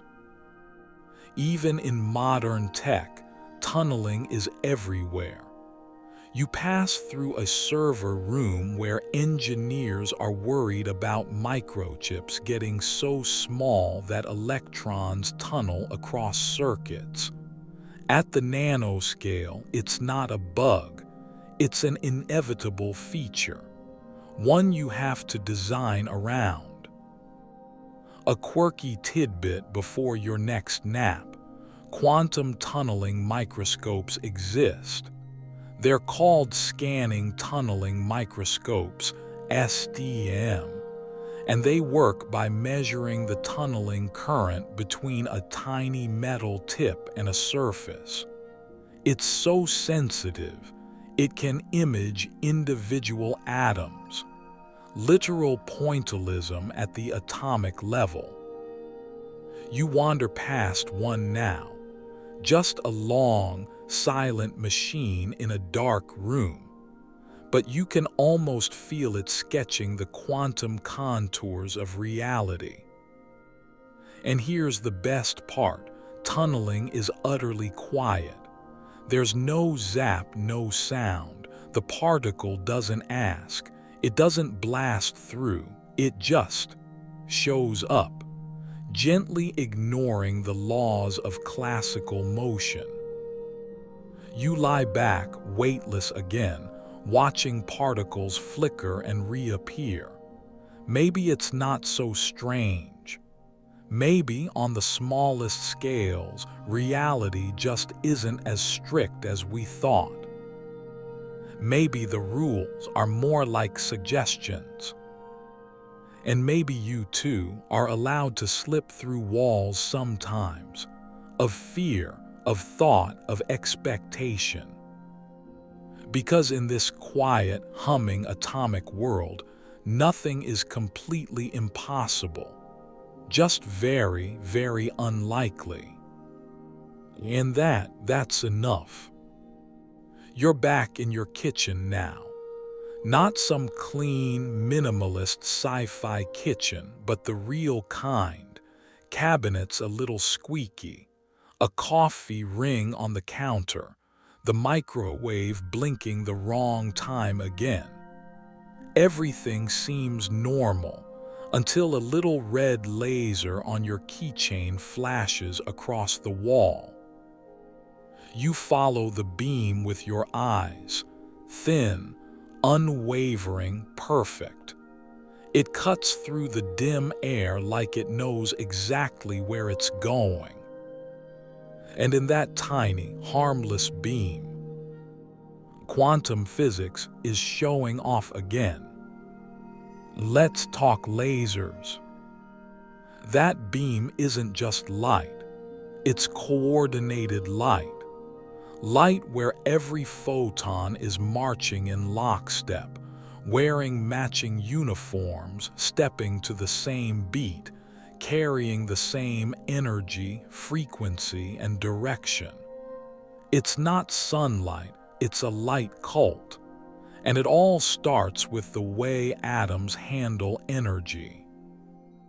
You crouch down beside a model atom, watching an electron absorb energy, maybe from heat, maybe from an electrical current. Either way, it gets excited, like jump up to a higher orbital excited. But atoms don't like staying excited. Honestly, who does? The electron soon drops back to its normal state and releases that energy as a photon. Normally, those photons shoot off in all directions, random and unbothered. But here, the trick, under the right conditions, say, in a special material with atoms primed just so, a single photon can trigger nearby excited electrons to release their own photons in perfect sync. This is stimulated emission. And yes, it's exactly what Einstein predicted in 1917, though the world mostly ignored him until decades later when the first actual laser beamed to life in 1960. It wasn't flashy. It didn't slice through metal or play Pink Floyd concerts. It was a red dot on a wall. Still, everything changed. Because now, for the first time, humanity could generate a controlled, concentrated, coherent beam of light, and atoms were the ones handing it to us.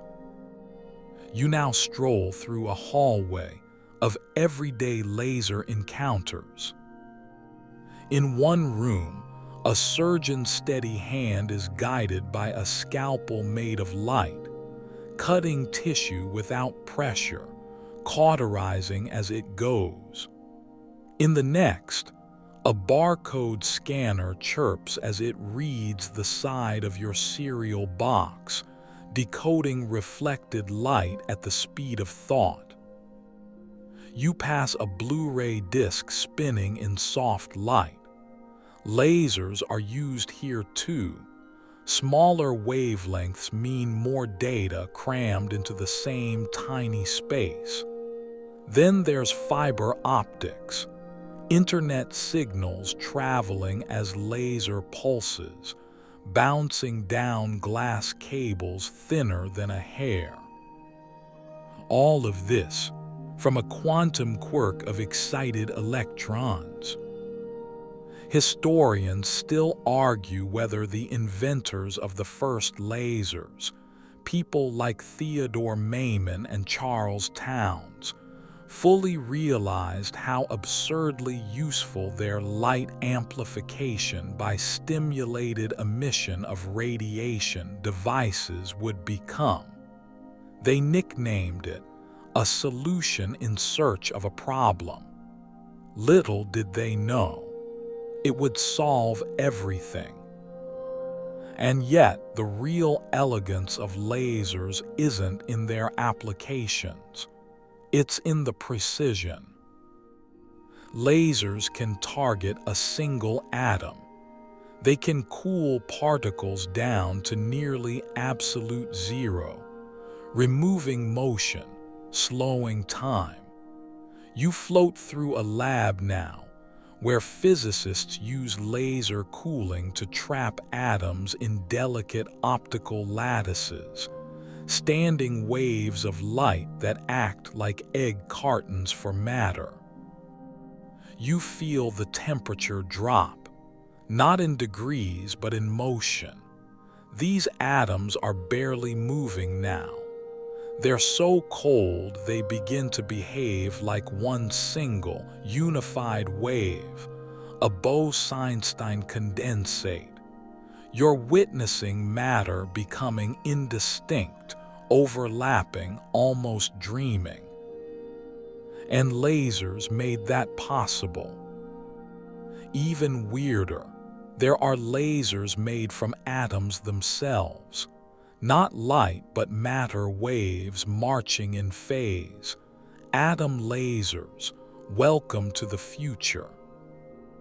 A fun, quirky tidbit. The barcode scanning laser was once feared to be dangerous. Grocery store clerks were warned not to stare directly into the beam. Meanwhile, toddlers everywhere gleefully waved red dots across the dog's face. You lay your head down again as the world becomes one long beam of coherent thought. Light, once considered chaotic and messy, is now something we can sculpt, thanks to atomic transitions, quantum discipline, and a little patience. Think of that the next time you unlock your phone with a facial scan. A tiny orchestra of electrons just played a note of perfect light. And your atoms listened. You blink, and suddenly you're holding two identical gloves. You put one on your left hand, it fits.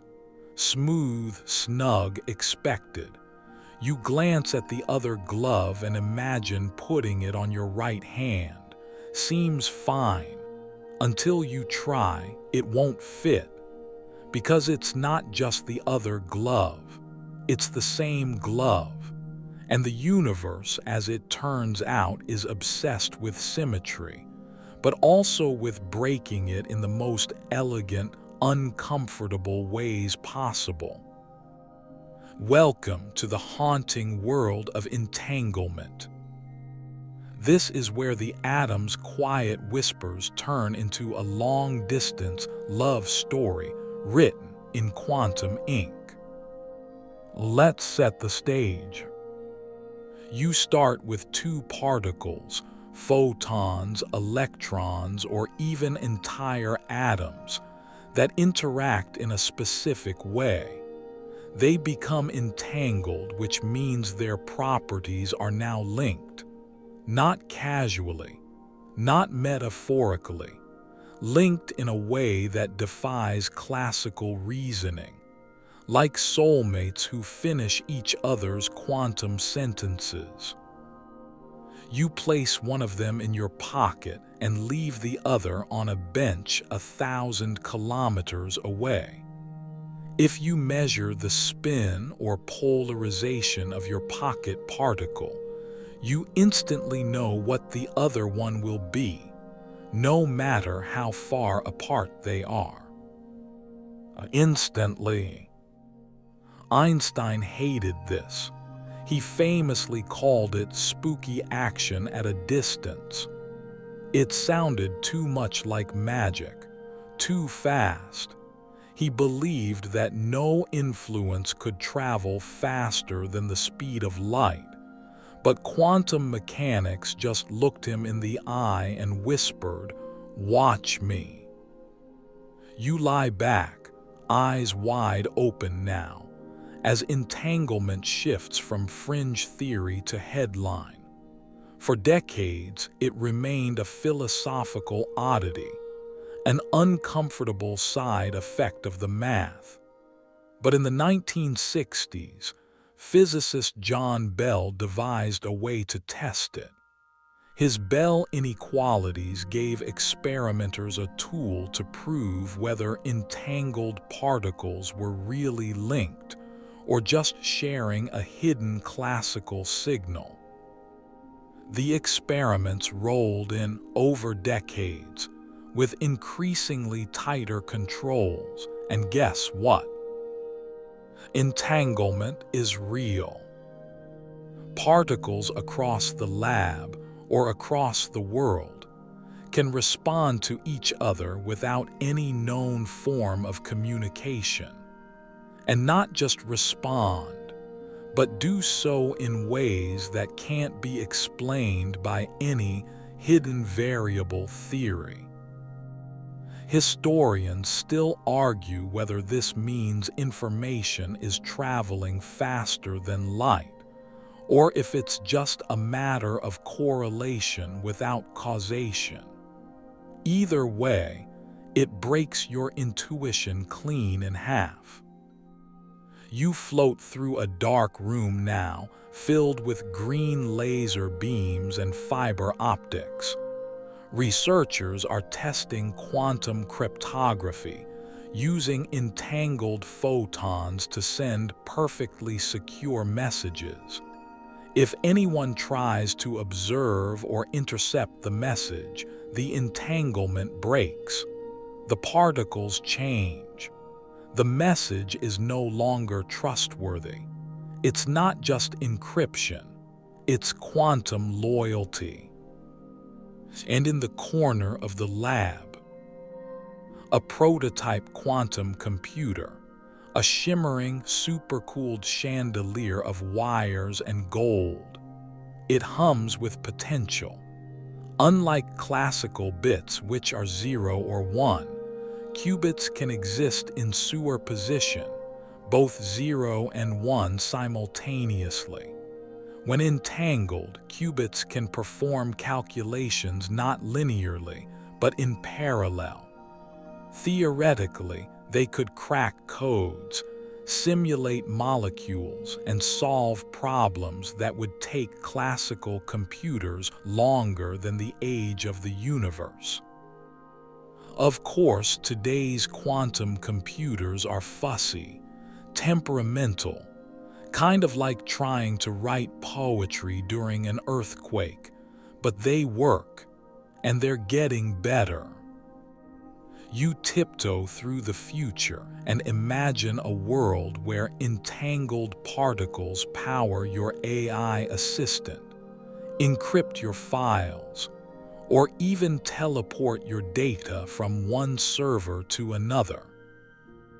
Yes, teleportation is real, kind of.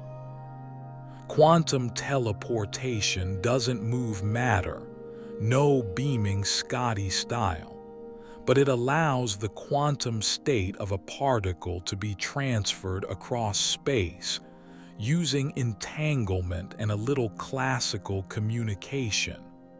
It's already been done, over kilometers, even between Earth and satellites. You sigh. Reality, once again, refuses to stay politely in its lane. Even weirder, entanglement isn't limited to physics labs. Some studies suggest it might play a role in photosynthesis, avian navigation, or even the way your brain processes information. These are fringe ideas, still debated, but tantalizing. The thought that your thoughts might be dancing in sync with particles far away, deliciously eerie. And here's your quirky tidbit for tonight. In 2022, the Nobel Prize in Physics was awarded to scientists who proved, once and for all, that entanglement is not a trick, not a loophole, not a bug. It's real. You lie back gazing at the ceiling, which now resembles a field of stars. Some are light years apart. Some are paired, maybe entangled. It's tempting to think of entanglement as a metaphor for connection. The idea that someone far away can still feel you, still respond to your quietest change in state. That bonds once formed can echo through space. But this isn't metaphor. This is math. This is experiment. This is what atoms actually do. So as you slip into your blanket again, warmed by probability and cooled by uncertainty, let the thought settle. There may be a particle right now, entangled with one inside you. Neither of them alone. Each of them part of a system that doesn't care about distance, or time, or explanation. Because the universe is more connected than you'll ever fully grasp. And some of its connections are spooky. You step into a hall of mirrors. Each wall reflects a dozen versions of you, some clear, some warped, some tilted at impossible angles. As you move, the reflections move with you, but not quite the same. One lifts their hand a fraction of a second later. Another smiles when you don't. And one's wearing socks you definitely didn't put on this morning. Welcome to the quantum playground of mirror worlds, multiple realities, and atoms in the multiverse. It's not sci-fi anymore. It's quantum mechanics stretching its fingers. It starts with something deceptively familiar, the double-slit experiment. You've seen this one before. Fire a stream of particles, electrons, let's say, at a screen with two slits. You'd expect the particles to go through one slit or the other like tiny pebbles. But no. Instead, they form an interference pattern, the kind you'd expect from waves, not particles. Peaks and troughs, light and dark. Somehow, each electron seems to be interfering with itself, as if it went through both slits at once. But wait, it gets better. Add a detector to see which slit each electron goes through, and the interference pattern disappears. It's gone. The electrons suddenly behave like particles again. They choose a slit. The wave-like behavior vanishes, as if the mere act of observing collapsed the magic. And this raises a profoundly strange question. What does it mean to observe? You lean over the detector now, heart beating a little faster. Every time you look, the universe seems to pick a lane. No observation, infinite possibilities. Observation, just one.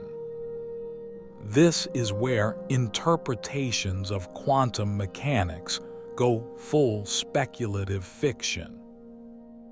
Enter the many worlds interpretation, proposed in the 1950s by Hugh Everett III.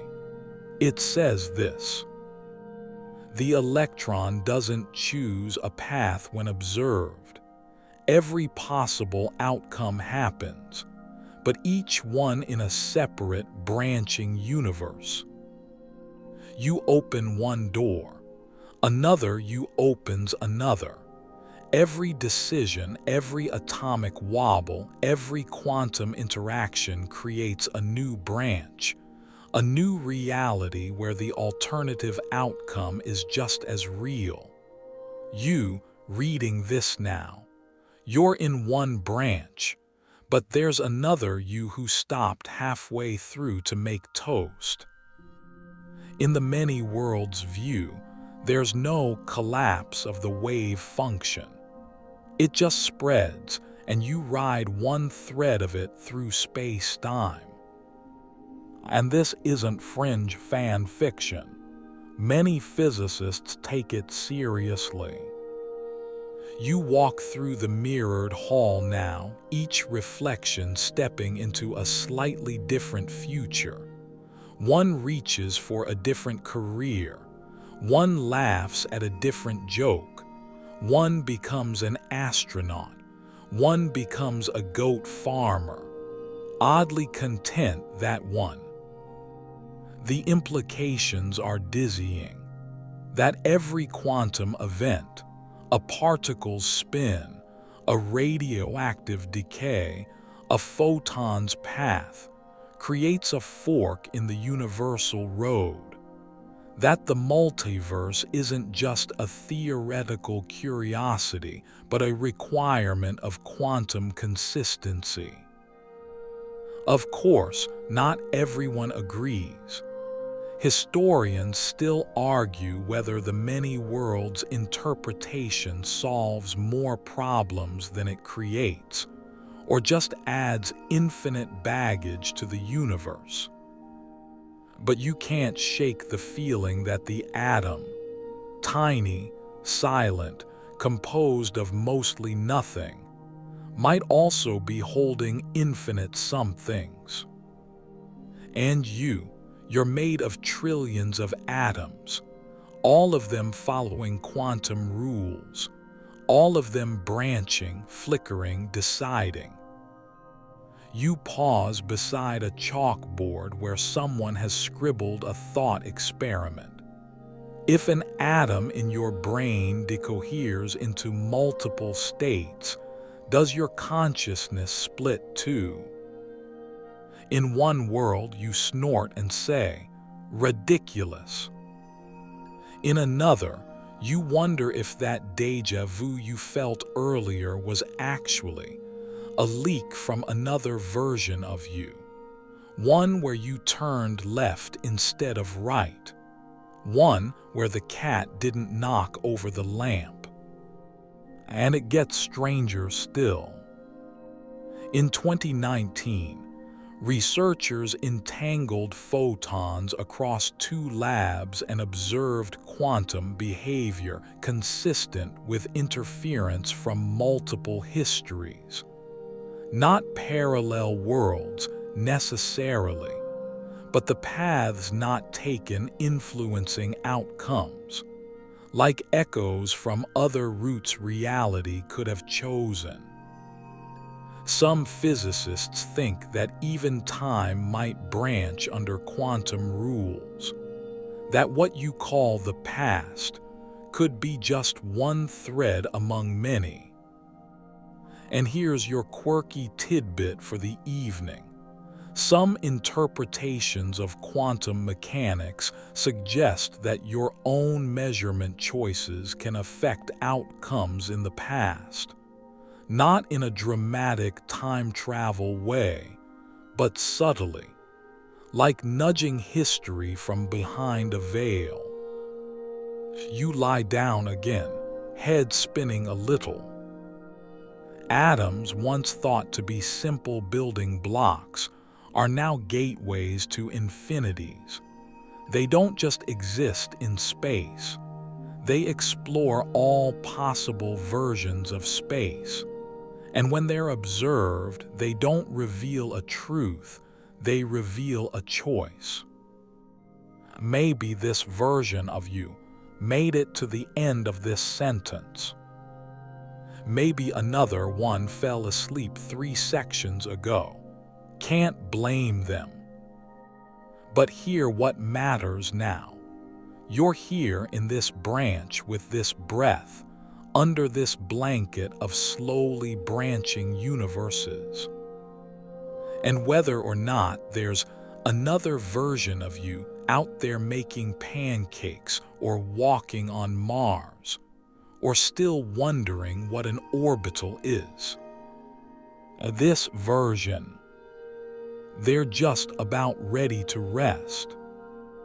The quantum fog may swirl, and the multiverse may tangle, but your atoms, for now, are quiet.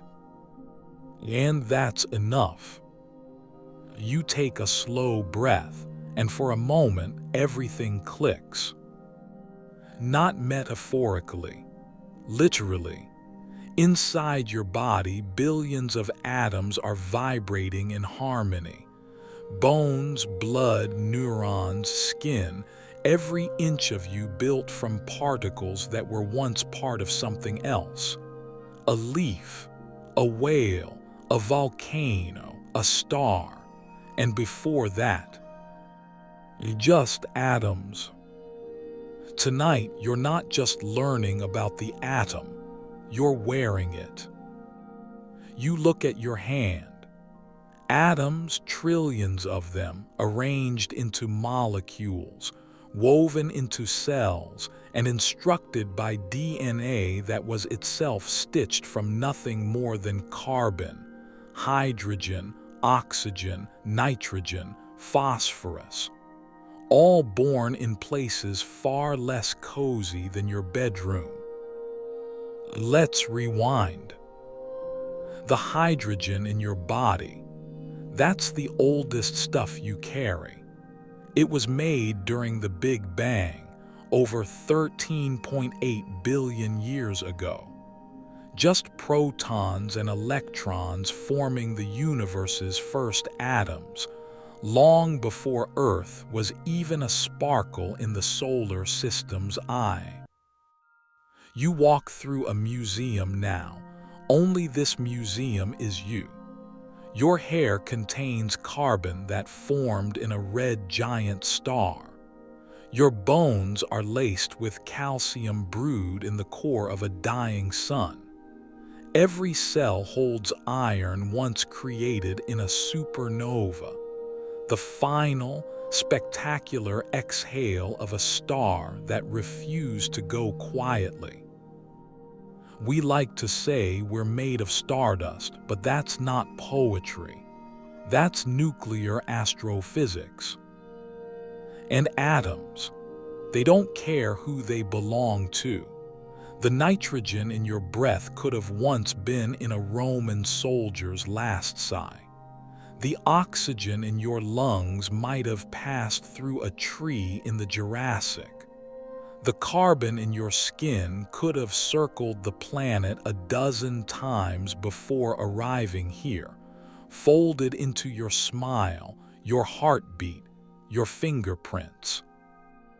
You are quite literally a walking, talking atom recycling center. And it's not just about where they've been, it's about how they hold you together.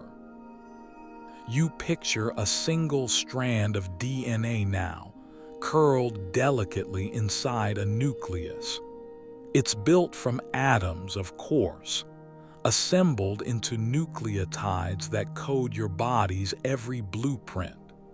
And those atoms are bonded in very specific ways, thanks to the principles of quantum chemistry. The angle of a hydrogen bond here, the shape of a sugar ring there, all orchestrated by subatomic rules that make you you. even the way your neurons fire, those electrical sparks of thought and memory, rely on atoms moving across membranes, ions shifting with purpose, potassium and sodium performing an elegant electric duet. You're not just made of atoms. You're animated by them. And yet, you barely notice. You scratch an itch. You breathe. You sigh. And never once do you thank the strong nuclear force for holding your protons together, or the electromagnetic force for keeping your electrons in orbit. But maybe you should. You float gently now into the bloodstream, an arterial superhighway of atomic motion. Proteins shaped just right because atoms decided to fold a certain way. Enzymes doing their work because atoms hit the correct energy threshold. Even your thoughts, this one, right now, are patterns of atomic behavior flickering through an organ made of former stardust. A quirky tidbit for your dreams tonight. The average human body contains roughly 7 × 10^27 atoms. That's a 7 followed by 27 zeros. Most of them are hydrogen.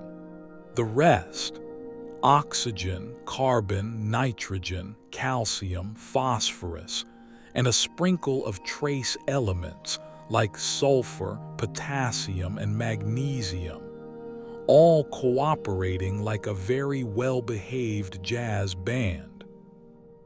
And guess what? Your body doesn't own those atoms, you borrow them. Right now, your skin is shedding atoms into the air. Your lungs are trading molecules with your environment. You're not sealed. You're porous. Leaky, even. Every second, atoms enter you and leave you. Quiet exchanges at the edge of life. You sit still, and yet you're never still.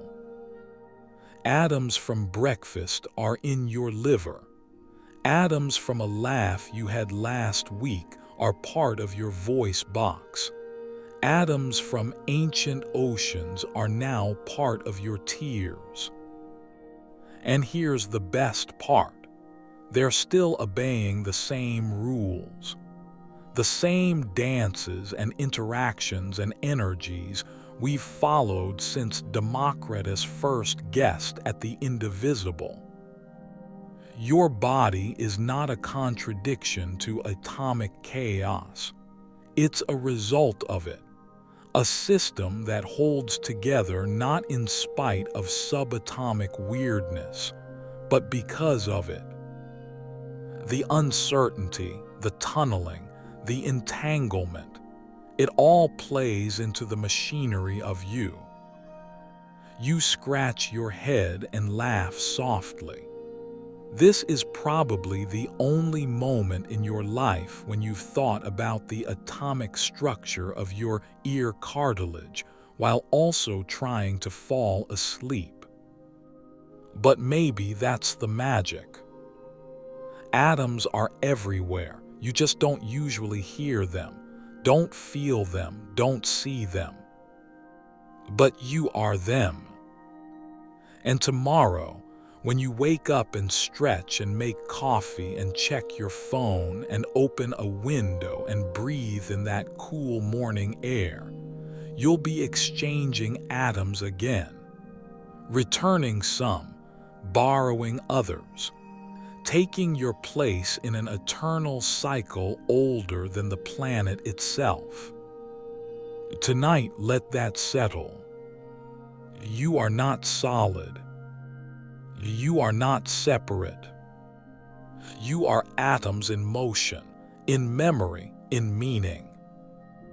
And somewhere, light years away, the same atoms that built your bones are building someone, or something else. You are not just made of stardust. You're still becoming it. The silence here is cosmic. It's not just quiet, it's the kind of hush that settles between galaxies, the kind of stillness that follows a supernova's last breath. You're floating again, not in a dream this time, but in something stranger, a question, a feeling, a half-formed truth tugging at the edge of everything you've learned so far. Because the atom, for all its familiarity, is still unfinished. You look back now, thousands of years of curiosity, theories, mistakes, revolutions. From Democritus's invisible chunks to Schrödinger's probability waves, from Bohr's glow-in-the-dark orbits to the eerie taps of Geiger counters. You've explored the atom from its outer shell to its core, and yet, what lies deeper? Let's go there. Down past the nucleus, past the protons and neutrons, down into the place where quarks live. Quarks are the true building blocks, the fundamental particles that make up the particles you used to think were fundamental. Protons, 3 quarks. Neutrons, 3 quarks. You drift into the heart of a neutron now and meet them. 1 up quark, 2 down quarks, spinning and churning, held together by the strong nuclear force. A force so powerful that it doesn't just hold quarks together, it insists on it. Try pulling them apart, and the energy you add just creates more quarks.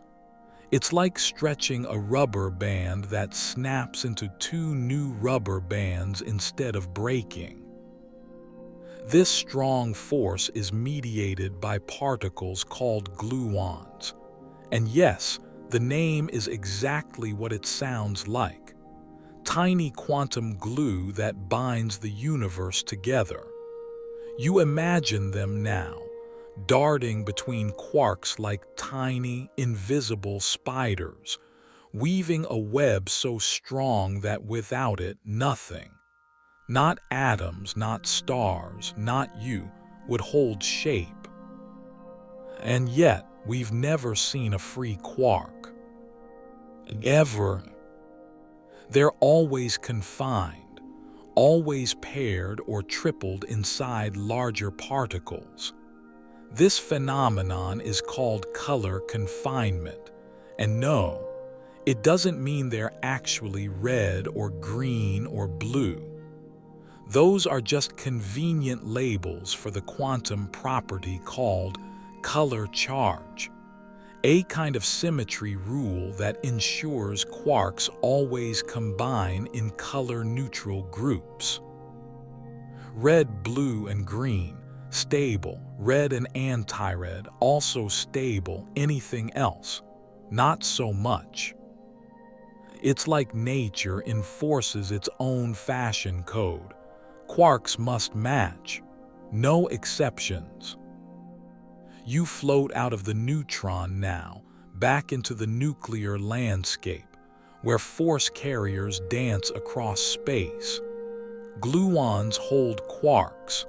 Photons carry electromagnetic force. W bosons and Z bosons handle the weak nuclear force, responsible for radioactive decay. And of course, gravitons, the hypothetical carriers of gravity that haven't been detected yet but keep showing up to the party anyway. This is what physicists call the Standard Model, a deeply complex but oddly beautiful framework that describes the fundamental particles and forces of the universe. Quarks, leptons, bosons, Higgs field, the full atomic cast. But here's the twist. Even this model, this marvel of predictive mathematical brilliance, isn't the final answer. There are cracks. The standard model doesn't include gravity. It doesn't explain dark matter, that invisible stuff outweighing normal matter 5-to-1. It doesn't touch dark energy, the mysterious force accelerating the expansion of the universe. It doesn't say why particles have the masses they do, or why certain symmetries seem to break when no one's looking. Historians still argue whether we're on the edge of a new atomic revolution, or simply waiting for a better telescope, or a bigger particle collider. You stand quietly beside the Large Hadron Collider deep underground, where beams of particles are smashed together at near-light speeds. Here, scientists recreate conditions from the earliest moments of the universe. And in 2012, they confirmed the Higgs boson, the so-called God particle, which gives other particles mass through its omnipresent field. You whisper thank you, not to the particle exactly, but to the centuries of thinkers who got us here. Still, even the Higgs isn't the end. You walk through theoretical corridors now, ideas waiting to be proven. Supersymmetry, which suggests every particle has a hidden twin. String theory, where particles aren't points but vibrating loops of energy in 11 dimensions. Loop quantum gravity, axions, mirror matter, quantum foam. The questions deepen. Is space-time granular? Do particles pop in and out of existence from nothing? Are we in a simulation running on atomic code? And here's the strangest part. No one knows. You hold out your hand again, watching your atoms shimmer in your mind's eye. You know them well now. The electrons in their fuzzy orbitals, the quarks nestled in nuclei, the gluons dancing invisibly between. But something's still waiting under the surface. A new rule, a new structure, a whisper of a particle we haven't found yet. You're made of atoms, but those atoms, they may still be made of something else. And you may never be able to see it. But you're part of the search. Every time you flip a light switch, breathe, eat, dream, you're participating in the long, slow decoding of the universe. And as that journey continues, through colliders, quanta, and questions, you get to rest in the weirdest comfort of all. That even when we don't understand it fully, the universe keeps running. Your atoms keep ticking, your cells keep building, your dreams keep branching. And somewhere, deep inside your ribcage, gluons are holding you together with a force that can never be broken.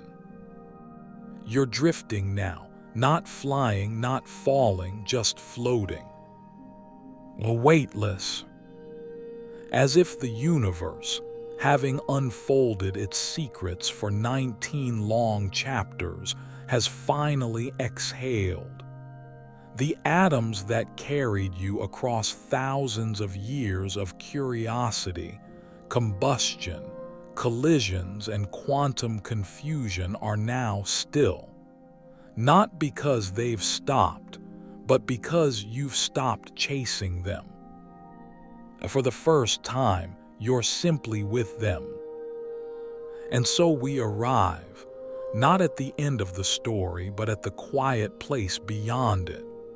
The place where science, speculation, and sleep all fold into the same soft wave function. The atom may be the most studied object in all of nature, and yet it remains, in so many ways, unfinished.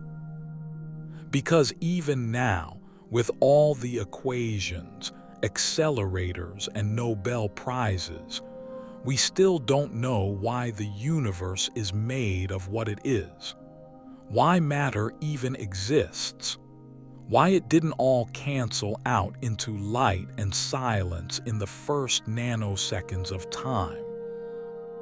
You close your eyes and see the atom again, not as a dot or a nucleus or a probability cloud, but as a process, a flicker, a rhythm. And behind it, are still questions, are still mystery, are still possibility. In fact, every discovery we've made seems to come with a built-in echo, a yes, but, at the end of every triumph. Yes, we've mapped atomic orbitals, but we still don't understand the full scope of quantum gravity. Yes, we've split the atom, but we haven't figured out how to unify the forces that shape it. And most strange of all, the more we learn about atoms, the less real they seem. You think about this as you sit in the soft dark, the sound of your own breathing syncing with the pulse of matter itself. You've seen electrons that are waves until measured, protons that are mostly nothing, gluons that hold things together but can't be isolated, particles entangled across miles, influencing each other without moving. And yet it all adds up to you. You, a system made of particles with no solid edges, no certainty, no solidity, who can still think, love, stretch, and sigh. What does that say about reality? That it's made not just of matter but of interactions. That the atom isn't a thing but a conversation between forces, between charges, between probabilities. That what we call substance is just a stable balance between attraction and repulsion, between symmetry and its breaking. You, in this moment, are the product of all those balances holding. Atoms don't need to know what they're doing. They just do it, endlessly, tirelessly, quietly. Your body has never stopped trusting them. And so the atom remains unfinished, because so are you. Every second you're reshaped. New cells, new thoughts, new stories, and the atoms, they don't care whose story they're part of. They just keep going, ready to be muscle or lava or moonlight or memory. There's a word physicists like, elegance. Not as in fashionable, but as in deep simplicity. The sense that beneath the chaos there's a symmetry, a pattern, a truth that explains more than it should. Atoms are elegant. So is the way they build stars and skin from the same toolkit. So is the way they've whispered this whole story to you. And so, as the light of understanding fades into the soft twilight of sleep, You no longer need to chase the atom. You are it. You always were. And somewhere in the humming silence of everything, your electrons are still orbiting, your protons still holding, your neutrons still stabilizing. Until tomorrow. Until you wake again to breathe in atoms once more.